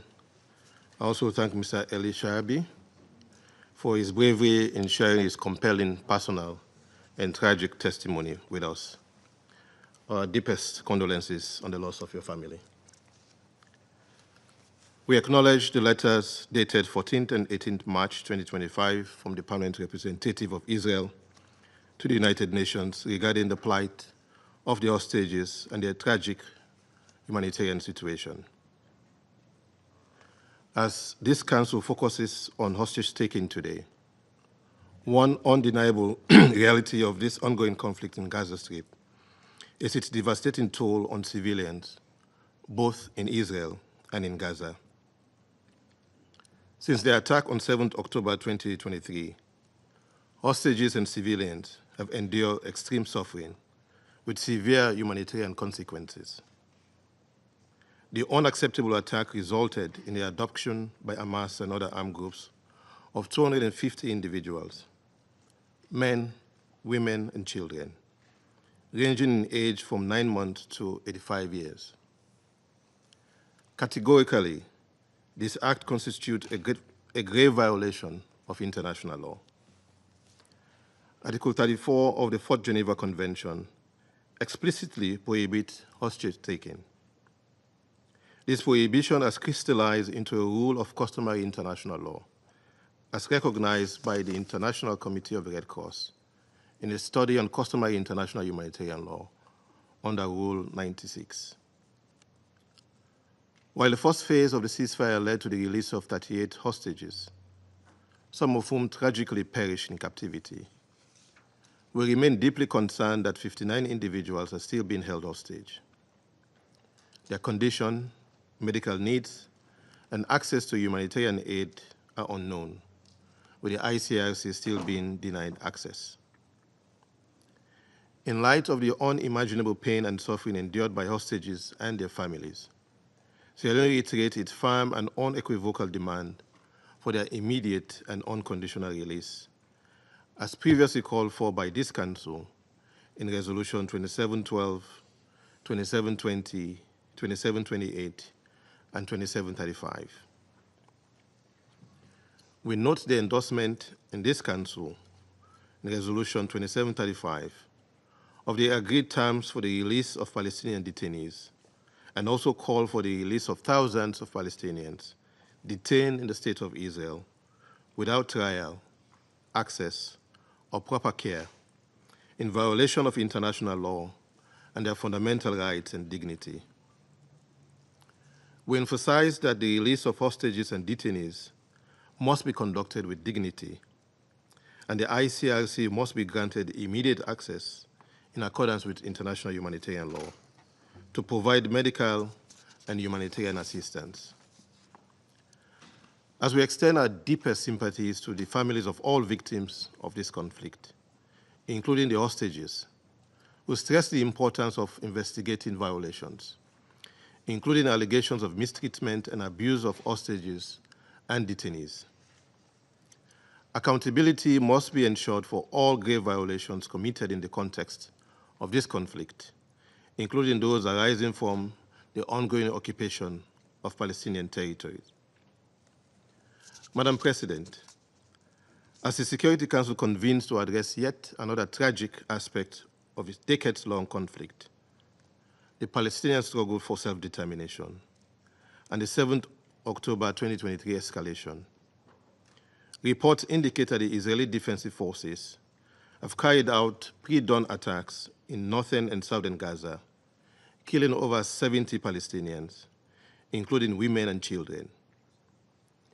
This comes just one day after more than 400 Palestinians, including 183 children, were killed following the government of Israel's breach of the ceasefire. As briefed by ASG Chiari, 1 UNOPS and 5 UNRWA staff members were also killed. As a council, we must continue to collectively work to end this conflict. This layer of tragedies, we must support efforts to protect civilians in Israel, Gaza, and the West Bank, and strive relentlessly towards a peaceful and sustainable resolution of this conflict. The recent post-ceasefire escalation of violence has already resulted in hundreds of casualties, and continued diplomatic engagement is essential to return to the ceasefire agreement and address outstanding issues. In closing, we must reiterate that hostage-taking is a grave violation of international law, and it triggers responsibilities for armed groups, states, and the international community. It demands immediate action for the protection, release, and legal accountability of all those involved. We also reiterate our call for a just and lasting political solution to this conflict, the immediate and full restoration of humanitarian aid access, respect for international law, and the protection of civilians and humanitarian workers, and a resolution that ensures security and coexistence for both Israelis and Palestinians, living side by side in peace and tranquility. I thank you. I thank the representative of Sierra Leone for the statement. I give the floor to the representative of Greece. Thank you, Madam President. I also wish to thank ASG Khaled Chiari for his briefing, as well as Mr. Ellie Sharabi for his testimony here today. Madam President, 531 days have passed since Hamas launched a brutal terrorist attack on Israel. Greece immediately condemned this attack, as well as the cruel treatment of all hostages kept in captivity in terrible and inhumane conditions. Today, 59 hostages remain still in Hamas's captivity, 24 of whom are believed to be alive. The tragic story of Ellie Sharabi is a sheer reminder that this war must end now. We extend our deepest and most heartfelt condolences to him for the tragic loss of beloved family members, as well as to the families of victims and hostages. We reiterate our call for all hostages to be released immediately and unconditionally. Dramatic stories like the one of Noah Ragamanis, whose partner is still in captivity, are mere reflections of the scale of pain still endured by survivors in captivity and their loved ones. Likewise, the heartbreaking fate of the Bibas family highlights the urgent need to bring the agony and suffering to an end. Our thoughts remain with them. Madam President, the long-awaited ceasefire and hostage release agreement in Gaza was a great example of what could be achieved through political will, an opportunity to replace despair with hope for a better future. Hope on the horizon became visible when Israeli families were given the chance to finally rejoin their loved ones and Palestinian people were finally able to stop counting the dead. In this respect, we are very concerned with the resumption of hostilities in Gaza and the high toll on civilians. It is necessary to resume negotiations for the ceasefire renewal immediately so as to ensure the release of remaining hostages and to protect the lives of the civilian population in Gaza. Madam President, the world cannot or should not forget neither the lives taken as a result of the horrendous terrorist attack on October 7, nor the lives of the remaining hostages. At the same time, we cannot or should not forget that the war in Gaza has left behind thousands of Palestinians dead, injured, separated from their families, and internally displaced. The humanitarian crisis on the ground cannot be ignored. Millions are in urgent need of primary health services, education, and shelter. Safe, unconditional, massive, and unhindered delivery of humanitarian aid at scale to the people of Gaza must be ensured. We share the grief for the UNOP staff member who died during the strike at the UN gas house in Gaza and offer our condolences to his family in the UN. Border crossing points must remain open. UNRWA's role should not be undermined. Civilians and humanitarian workers must be protected in line with international humanitarian law. Madam President, the political process must be revitalized with the aim of achieving a two-state solution according to the relevant Security Council resolution, while recognizing the right of Israel to exist in peace and security. In this way, we look forward to an international conference to be held in June here in New York under the stewardship of France and Saudi Arabia as co-chairs. We welcome regional efforts to cohere around a single plan for the next phase in Gaza, and we stand ready to support and develop these ideas further. The Arab plan for the reconstruction of Gaza is a constructive proposal on the table and could help accelerate discussions on reconstruction, post-conflict planning, and on the day after. It is a good starting point, which requires further engagement with Egypt and other key Arab players. Madam President, the circle of violence must end now, and the hostages must be released without delay. It is evident by now that this conflict has no military solution. As we have stressed before, there can be no day-after scenario for the Gaza Strip with Hamas in power or in any position to threaten Israel. We cannot change the past, but we can start now and lay the foundation for the future. The suffering of both sides must come to an end. Neither the hostages and their families nor the Palestinians can afford to pull back from the ceasefire agreement. The deal must hold. Therefore, it is crucial for the parties to return to the table of negotiations and proceed to the next phase in good faith. Time is running out. The time to act is now. I thank you. I thank the representative of Greece for the statement, and I give the floor now to the representative of the Russian Federation. Спасибо, госпожа председатель. Благодарим помощника генсекретаря Халида Хияри за обстоятельный брифинг по ситуации, складывающейся вокруг заложников, удерживаемых в секторе Газа. Со скорбью в сердце выслушали трагическую историю Элли Шараби, потерявшего всю свою семью. Подобная жестокость не имеет оправданий. Выражаем вам наши искренние соболезнования. Скорбим также по всем без исключения погибшим в результате продолжающейся без малого 18 месяцев эскалации. Этот нескончаемый и порочный круг насилия необходимо, наконец, разорвать. Невыносимые страдания мирных жителей в зоне палестино-израильского конфликта не могут никого оставить равнодушным. Именно поэтому 19 января международное сообщество приветствовало установление режима прекращения огня между Израилем и Хамас, которое не только приостановило спираль насилия, унесшую жизни более 49 тысяч человек, но и привело к долгожданному освобождению удерживаемых в Газе заложников и содержащихся в израильских тюрьмах палестинцев.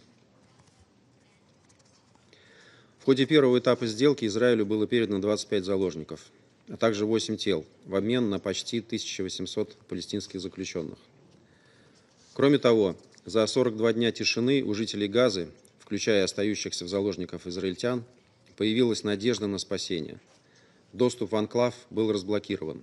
гуманитарная деятельность активизировалась, и структуры ООН рапортовали о наращивании гумпоставок на территорию анклава.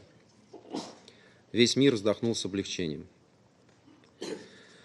Однако с приближением даты окончания первого этапа договоренности о прекращении огня перспективы дальнейшей реализации сделки оказались под вопросом.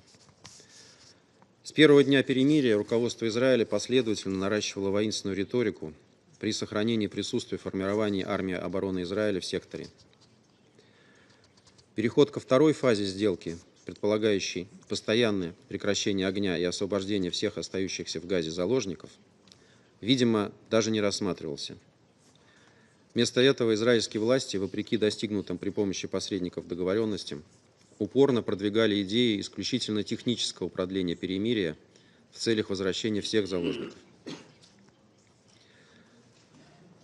Ситуация долгое время оставалась подвешенной. Однако окно возможностей на перезапуск комплексного процесса мирного урегулирования все-таки захлопнулось 18 марта, когда авиация армии обороны Израиля возобновила авиаудары по территории сектора, в результате чего были убиты более 420 человек, в том числе сотрудники ЮНОПС. Еще 5 сотрудников ООН получили ранения. Как заявил генсекретарь ООН, общее число погибших 7 октября 2023 года ООНовцев составило по меньшей мере 280 человек. Присоединяемся к решительному осуждению генсекретарем нападений на персонал Всемирной организации и его призыву к проведению полноценного расследования данного инцидента. Госпожа председатель, мы с глубоким сожалением восприняли возобновление Израилем военных действий в секторе Газа. Причем, насколько мы можем судить, речь идет не только о воздушных налетах, но и о наземной операции. Решительно осуждаем любые действия, которые ведут к гибели мирных граждан и дальнейшему разрушению социальной инфраструктуры. Обескураживает и поступающая информация о неизбирательных атаках израильской авиации по району Маваси, ранее объявленному израильтянами гуманитарной зоной безопасности для эвакуации с территории анклава всех нуждающихся в неотложной помощи. В итоге, сегодня мы узнали и о возобновлении обстрелов из Газа израильских городов, включая Тель-Авив, что было весьма предсказуемо, ведь насилие порождает насилие. Параллельно Израиль возобновил полную блокаду сектора Газа, прекратив подачу воды и электроэнергии, несмотря на очевидную угрозу для жизни и безопасности тех, кто там находится, в том числе остающихся в заложниках израильтян. Такое решение представляет собой грубейшее нарушение международного гуманитарного права и может трактоваться как военное преступление. Проблема выживания, с которой сталкиваются палестинцы, осложняется критической ситуацией вокруг функционирования БАПОР, которая является ключевой структурой по комплексному содействию палестинцам. Закручивая гайки в секторе Газа, руководство Израиля одновременно продолжает неправомерные шаги, включая военную операцию на западном берегу реки Иордан. Завтра у нас будет возможность обсудить эту тему подробно. Госпожа председатель, сегодня мы с крайним разочарованием вынуждены констатировать, что прекращение огня, которого мы все так долго добивались, оказалось неустойчивым. Сложно говорить о его дальнейших перспективах, когда израильское военно-политическое руководство открыто заявляет о намерении действовать против Хамас с возрастающей силой и вести дальнейшие переговоры по сделке исключительно под огнем. Выбор в пользу войны, похоже, уже сделан. И кто знает, сколько новых жертв ждет Палестину и Израиль впереди. Полагаем, что хрупкость только что нарушенных Израилем договоренностей объясняется еще и тем, что Совет Безопасности ООН с самого начала было мало что известно насчет деталей переговорного процесса по сделке. Ведь Совет был изначально от нее целенаправленно отсечен, и весь акцент делался на усилиях других посредников. Соответственно, оказался не востребован и весь имеющийся у ООН для этого специальный инструментарий, задействование которого могло бы обеспечить устойчивый характер прекращения огня. Важно, чтобы те, кто будет работать над восстановлением перемирия в секторе, отдавали себе в этом отчет. Несмотря на новое обострение палестино-израильского конфликта, мы убеждены, что его дипломатическое решение не только возможно, но и является единственной реалистичной опцией. Призываем израильскую и палестинскую стороны при содействии посредников вернуться за стол переговоров с целью выработки взаимоприемлемого компромиссного решения проблемы удерживаемых лиц, возвращения к режиму прекращения огня и возобновлению полноценного гуманитарного доступа. Это позволило бы обеспечить устойчивую нормализацию в секторе Газа и запустить полномасштабное восстановление палестинского анклава. Уверены, что это именно то, чего желают как мирные палестинцы, так и родные и близкие остающихся в Газе заложников, включая уроженца Донбасса Максима Харкина. Важно, чтобы к этому стремились все регионалы и международное сообщество в целом. Процесс палестино-израильского регулирования должен быть возвращен в политическое русло, с тем, чтобы были удовлетворены как законные озабоченности Израиля в сфере безопасности, так и чаяния палестинцев на обретение собственного государства в границах 1967 года. Мы готовы работать над этой задачей в Совете Безопасности вместе с теми, кто разделяет этот подход. Благодарю за внимание. I thank the representative of the Russian Federation for the statement, and I give the floor to the representative of Guyana. Madam Chair, Madam President, actually, thank you for convening today's meeting. I thank Assistant Secretary General Chiari for his briefing, and I take this opportunity to extend to him and the UN family our deepest condolences on the killing of the 6 UNOPS and UNRWA workers over these last few days. I also commend Mr. Sharabi for his courage in sharing his experience with us today and commiserate with him on the loss of his loved ones in such tragic circumstances. Madam President, at the outset, Guyana stresses that the taking of hostages is a grave breach of international law, particularly Common Article 3 of the Geneva Conventions.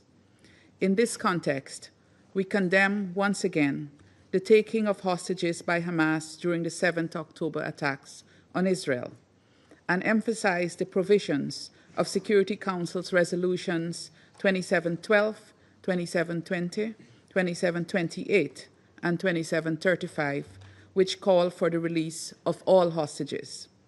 We further stress the imperative of ensuring humanitarian access to these individuals to attend to their medical and other needs.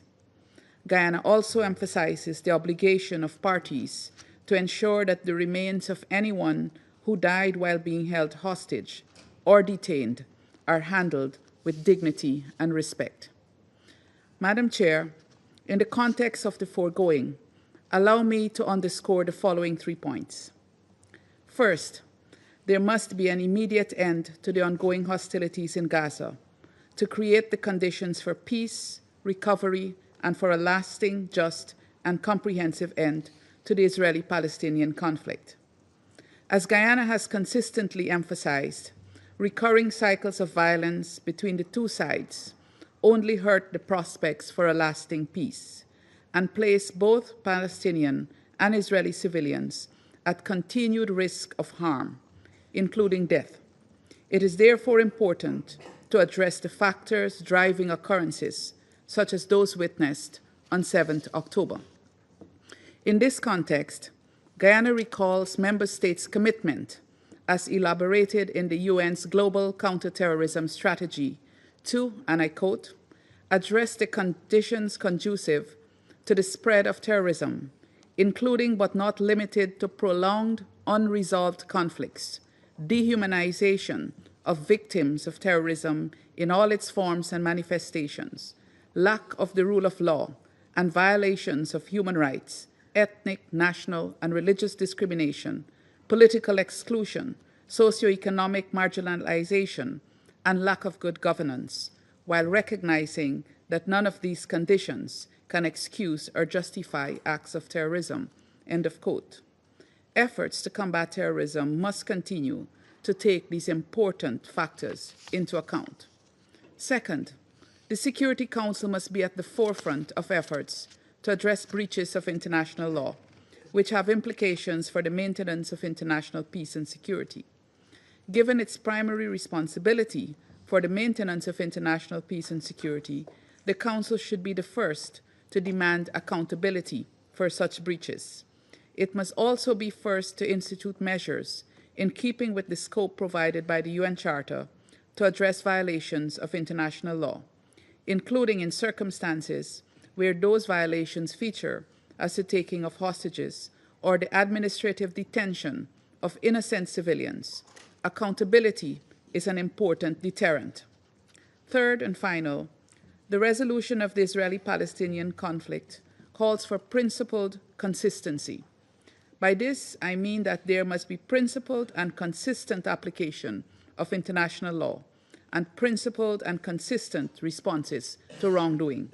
The approach to this conflict should not be determined by convenience based on present circumstances, because this presents the risk of acting from expediency rather than principle. Guyana therefore appeals to this Council and to all Member States to consistently adopt a principled approach to the Palestinian question as we collectively seek to advance a lasting solution. Madam President, allow me to conclude by reiterating the need to bring a definitive end to the Israeli-Palestinian conflict, which keeps manifesting in cycles of violence that produce volumes of hurt to both sides. Let us work to achieve a ceasefire in Gaza, to bring home the remaining men, women, and children, which Hamas took hostage from Israel, and the Palestinians detained in Israeli jails without charge, and to end the aid blockade on Gaza, which is once again stifling Palestinian civilians.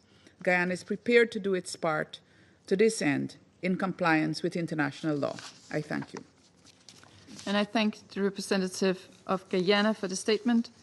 I shall now make a statement in my capacity as the representative of Denmark. Mr. Sharabi, thank you for your courageous testimony today. Words are not enough to express our condolences for your loss. No one should be forced to endure what you and your loved ones have gone through. I would also like to thank Assistant Secretary General Khiari for your important briefing. Denmark reiterates once again its firm condemnation of the heinous terrorist attacks on October 7 by Hamas against Israel. We re-emphasize that hostage-taking is a war crime and that the actions of Hamas pose a clear threat not only to Israel but into international peace and security. Today, we express our deepest solidarity and grief with all those affected by the hostage taken on October 7th. Our thoughts are with all those that are still held in Gaza, those who came out but are traumatized for life, those who were killed in Hamas captivity, and those whose fate is still uncertain. Amongst those killed is a Danish-Israeli hostage, who we also mourn here today. We reiterate our demand for the immediate, unconditional, safe and dignified release of the remaining hostages. We also regret that the hostages have not been granted any humanitarian access to address their medical and other humanitarian needs as required under international law, including international humanitarian and human rights law. Colleagues, there's been far too much suffering since October 7th. Suffering of Israelis, in particular those brutally killed or taken hostage, as well as their loved ones. And suffering of civilian Palestinians. More than 50,000 people have lost their lives, most of whom civilians. It is time to break the cycle of violence. We deplore the breakdown of the ceasefire and the subsequent resumption of the Israeli airstrikes and renewed ground operations in Gaza with further devastation of the civilian population. Over the past few days, there are reports of hundreds of killed. We deeply regret the death of a UNOP staff member and echo the Secretary General's condemnation of all attacks on UN personnel. We call on Israel to live up to its obligations under international law, including the resumption on unimpeded entry of humanitarian aid to Gaza, and ensure that the basic needs of the civilian populations are met. In closing, the suffering we are witnessing on all sides is immense, and the urgency to bring about peace cannot be overstated. Denmark stands firm in our call for the immediate and unconditional release of the hostages and for a permanent ceasefire in Gaza, imperatives that can only be achieved through resumed negotiations. It is our hope that progress on this front will open the pathway towards a two-state solution. For the sake of those who have suffered, both those in Gaza and those such as Mr. Sharabi, and for those future generations of Israelis and Palestinians who deserve to live in peace. I resume my function as President of the Council. The representatives of the United States have asked for the floor to make a further statement. Thank you, Madam President. I wanted to respond on behalf of the United States, having listened to some of the statements made by others around the Council, on 3 points, if I may. On humanitarian aid, getting into Gaza, I would just reiterate the position that we have articulated, that nobody wants to see Palestinian civilians in Gaza go hungry or thirsty, and that we are working tirelessly to resolve this crisis. With respect to the report issued by the Commission of Inquiry cited by some in the Council today on alleged sexual violence by the IDF, I would point out that this report conflates the acts of a few who will be reprimanded by Israel with the full-fledged sexual violence campaign orchestrated by Hamas on October 7th, and that is disgraceful. With respect to the allegation that Israel is engaging in indiscriminate strikes, the United States would remind Council members that Israel is targeting Hamas leaders and operatives who continue to use civilian infrastructure and hide among the civilian population. And the Council must condemn this practice. I thank you. I thank the representative of the United States for the statement. I now give the floor to the permanent observer of the Observer State of Palestine. Madam President, allow me at the outset to thank Assistant Secretary General Khalid Khiari for his briefing and to convey through him our condolences and solidarity for the UN staff members killed and injured, some sustaining life-altering injuries and amputation, while they were in UN premises as a result of Israeli bombardment yesterday, and others who were killed recently from UNRWA, as Mr. Lazzarini has informed us. These victims were upholding the UN's most noble mission, trying to save lives. And as all humanitarians, they are having to do so at the peril of their lives. They were upholding the mandate conferred to them by this Council in its Resolution 2720. They are entitled to protection as Palestinian civilians are entitled to protection, and both are being blatantly deprived of it. This demonstrates yet again the indiscriminate nature of Israeli attacks. Allow me also to acknowledge the testimony of Ellie, Sharabi, and present our condolences for his loss. Maybe no one around this table can fully grasp what such a loss means: the killing of loved ones, prolonged captivity, fear and trauma. But Palestinians, us, can. We understand this pain because we live it. They endure it every day. Entire families obliterated in massive and indiscriminate bombardments. Children shot by Israeli snipers in the head and in the chest. Communities uprooted by force. There is not a single Palestinian family that does not have a loved one killed, wounded, detained, or displaced. And they have been enduring these horrors and injustices for decades, even though they reach an unprecedented scale in the last year and a half. When confronted with such loss, either we pursue justice or vengeance. Justice ends suffering. vengeance perpetuated.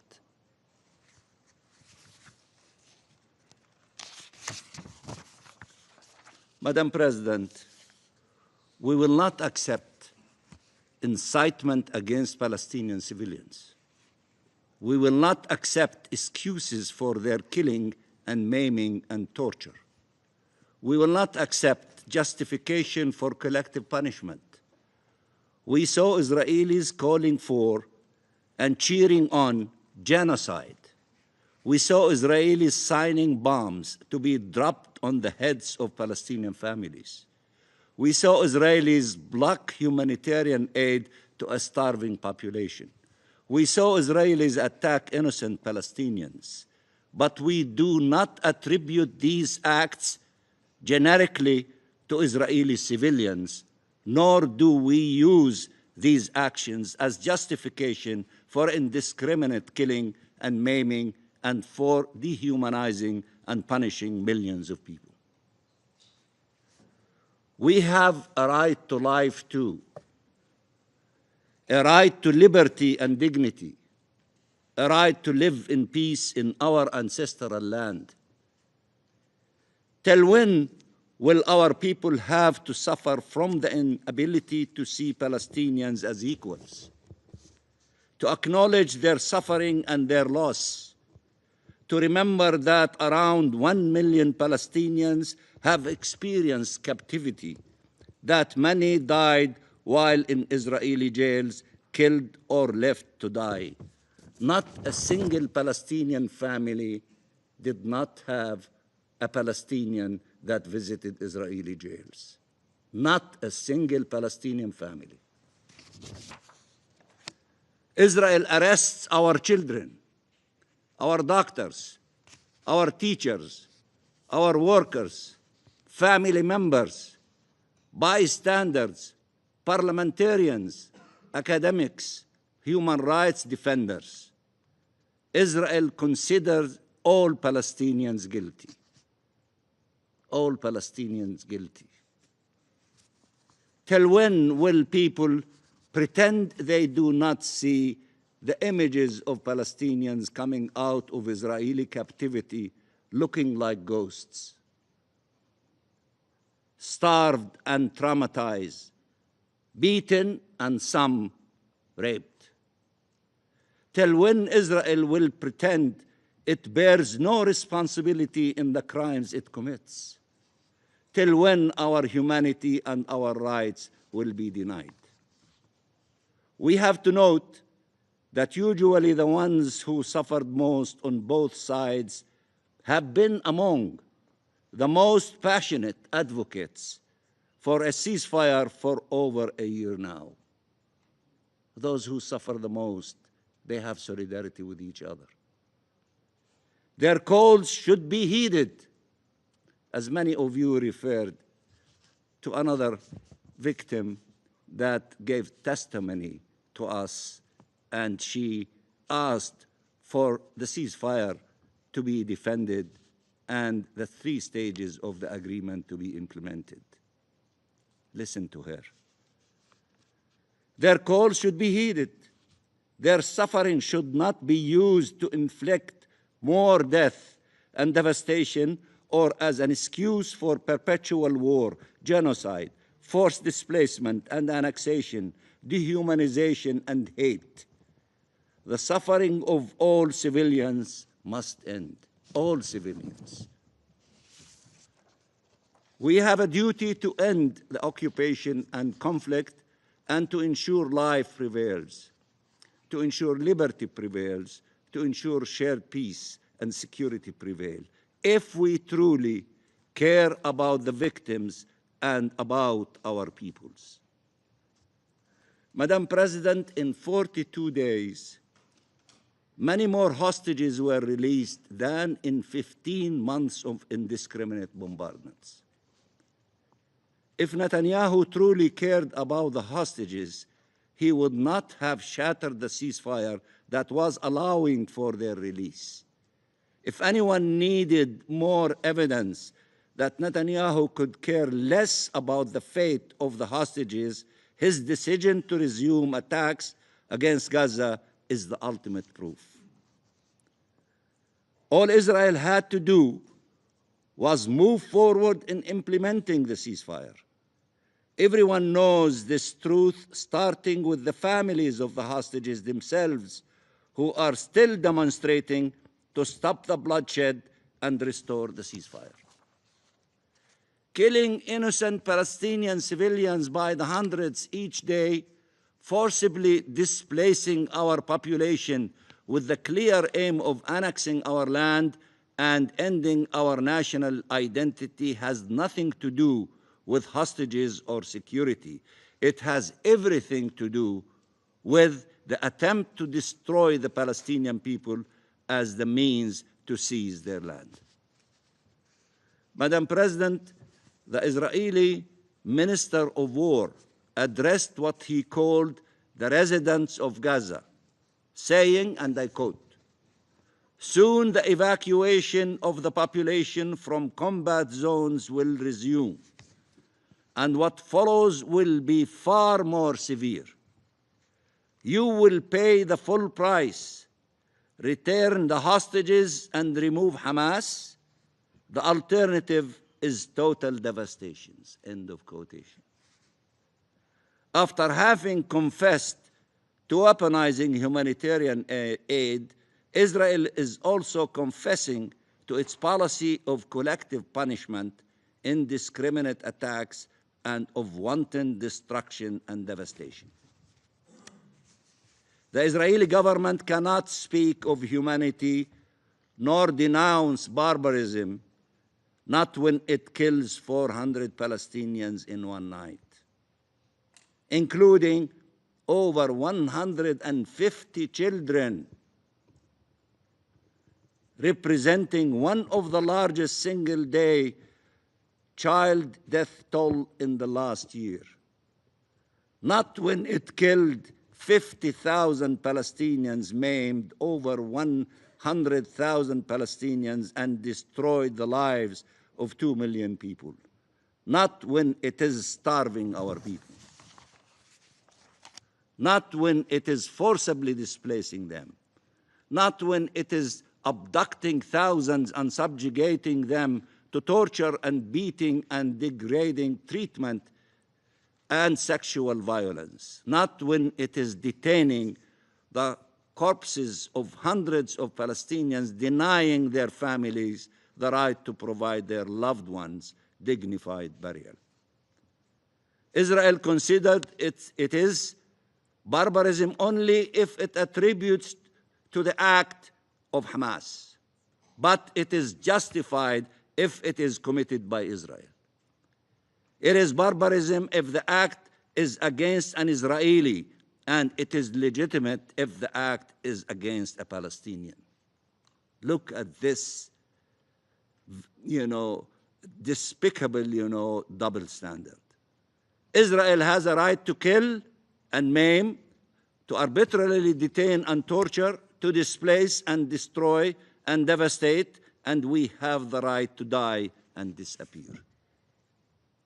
That is not how international law works.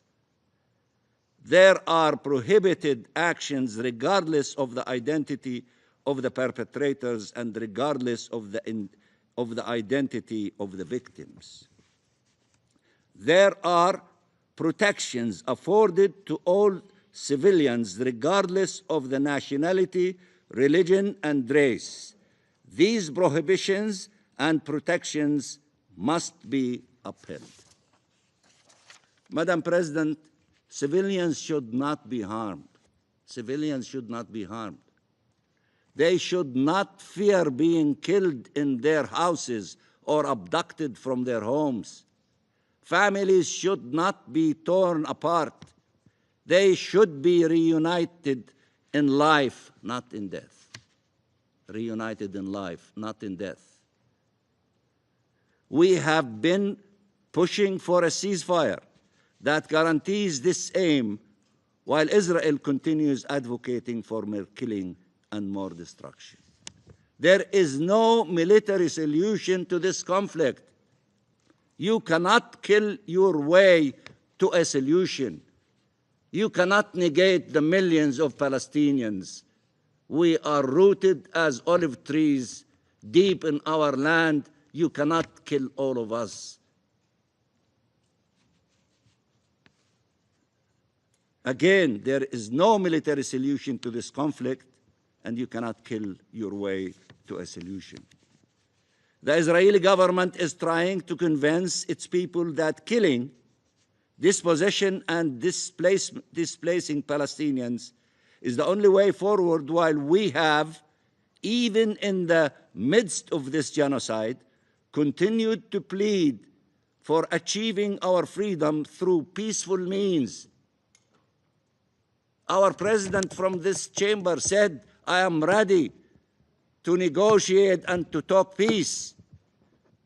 And for those who said Ramallah is so close to Jerusalem, he is ready in Jerusalem and in Ramallah and everywhere to talk peace for those who are ready and willing to talk peace.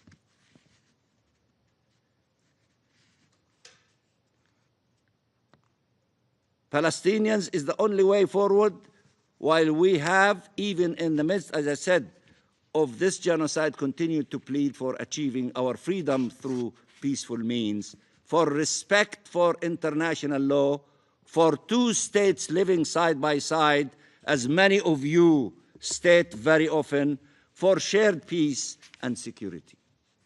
It is for every government around the world to choose now the vision they will rally behind and to use all means available to them to see it prevails.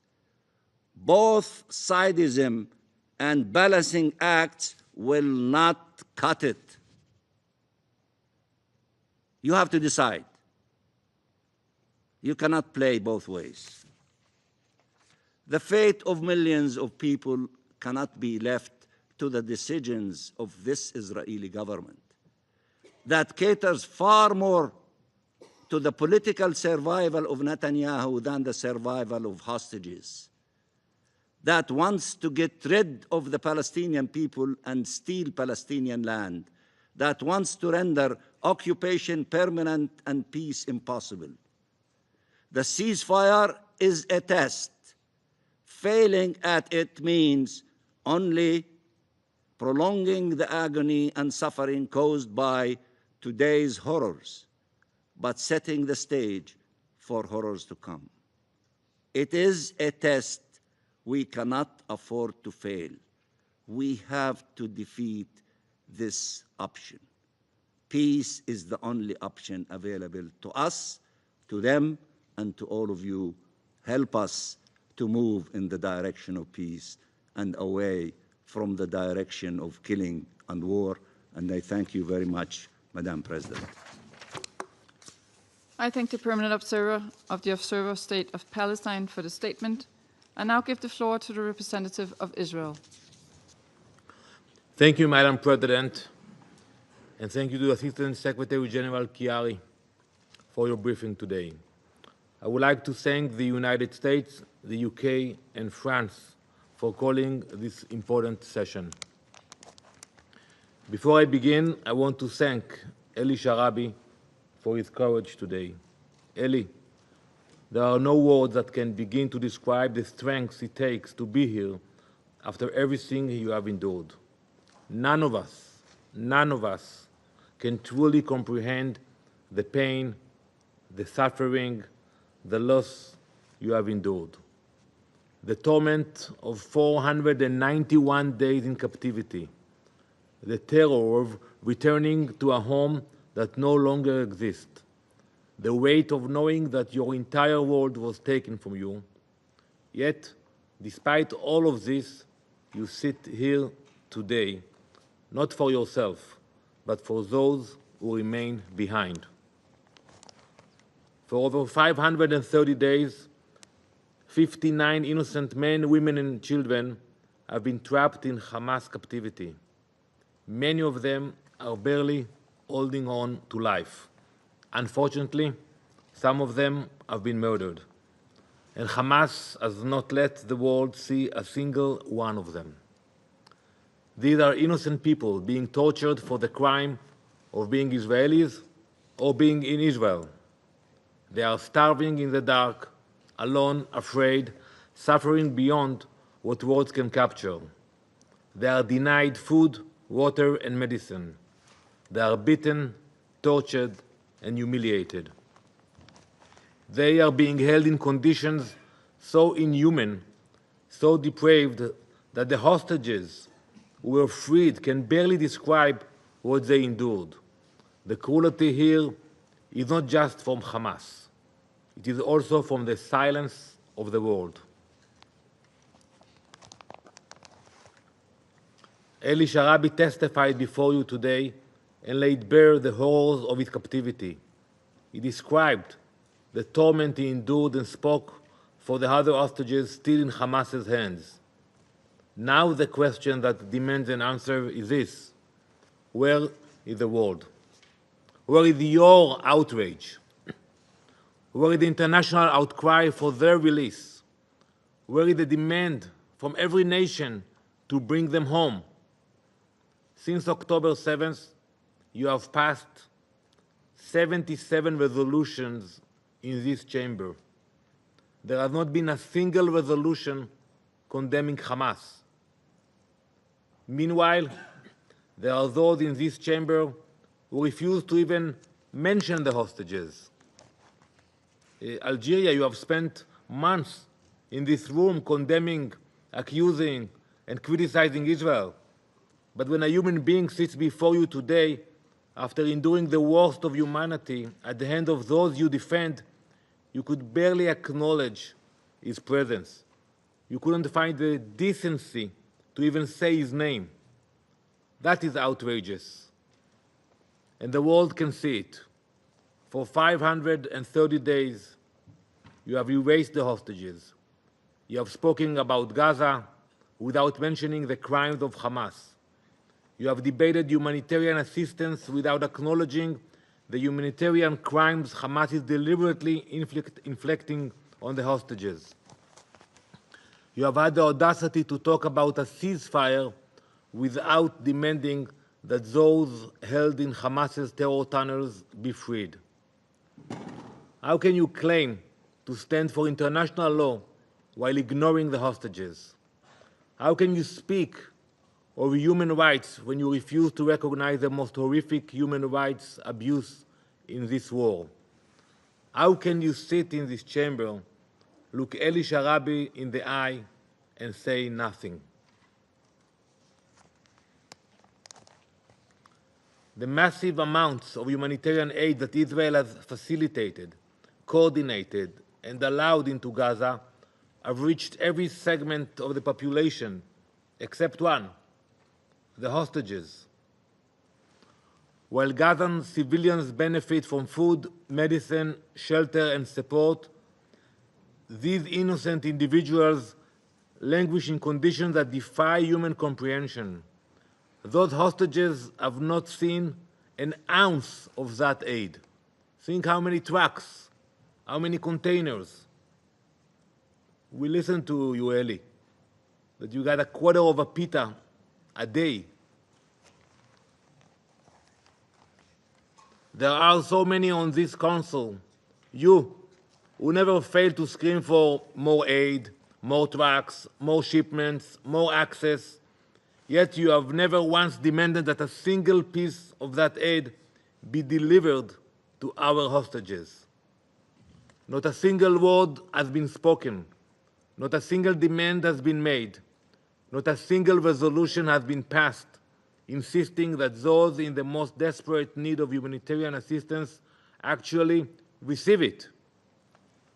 The UN's inaction on the plight of the hostages is a moral collapse of the highest order. To be clear, it's not just this council that has failed.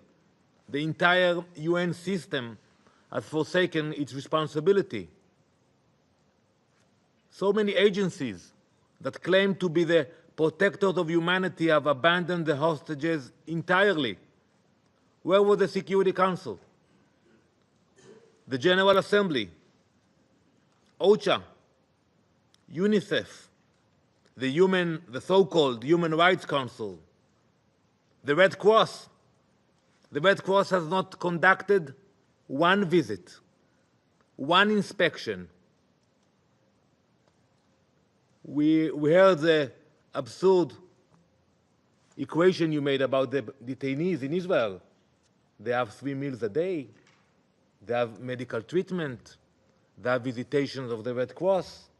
Before the war, they had visitations of families. How can you compare it? The Red Cross had no one inspection or spent one moment with the hostages in Gaza. And yet, for 530 days, the Red Cross has continued to act according to Hamas's playbook. Colleagues, there is one absolute certainty in this situation. The war will not end until the hostages are freed. Israel did not choose this war. Hamas did. It was Hamas that invaded Israel and Ellie's home. It was Hamas that slaughtered our people, and for 3 months it was Hamas who stalled negotiations. Hamas was given the chance to extend the ceasefire. Hamas was given the opportunity to bring relief to the people of Gaza. Hamas was given a choice, and they chose war. Therefore, Israel has resumed its military operations against Hamas with increasing force. The IDF is striking Hamas terror targets throughout the Gaza Strip. Terrorist infrastructure, weapons stockpiles, and command centers are being dismantled. This will continue. This will continue until every last hostage is home. This war does not end with hostages left underground. This war does not end until Hamas is defeated. The choice is simple. If you want a ceasefire, then pressure Hamas to release the hostages immediately. Madam President, Ellie Sharabi should not have to be here today. He should have never been taken. He should have never been starved, chained, and brutalized. He should have never lost his wife, his daughters, his brother. And yet, here he is, a survivor of the worst of humanity, asking the world to save those still trapped in that nightmare. I ask you to take a moment and reflect as we speak here today. There are 59 Ellie Sharabis underground, desperate for freedom. Imagine their faces. Imagine their screams and their cries. Imagine what they would say to you today. Will you listen or will you look away? Because this moment will not be forgotten. There is no neutrality here. There is no middle ground. There is only right or wrong. We will never stop fighting for the hostages. We will never abandon them. We will never sit idly by as terrorists hold our people as trophies. We will bring them home, all of them. I thank you, Madam President. I thank the representative of Israel for the statement. There are no more names inscribed on the list of speakers. The meeting is adjourned.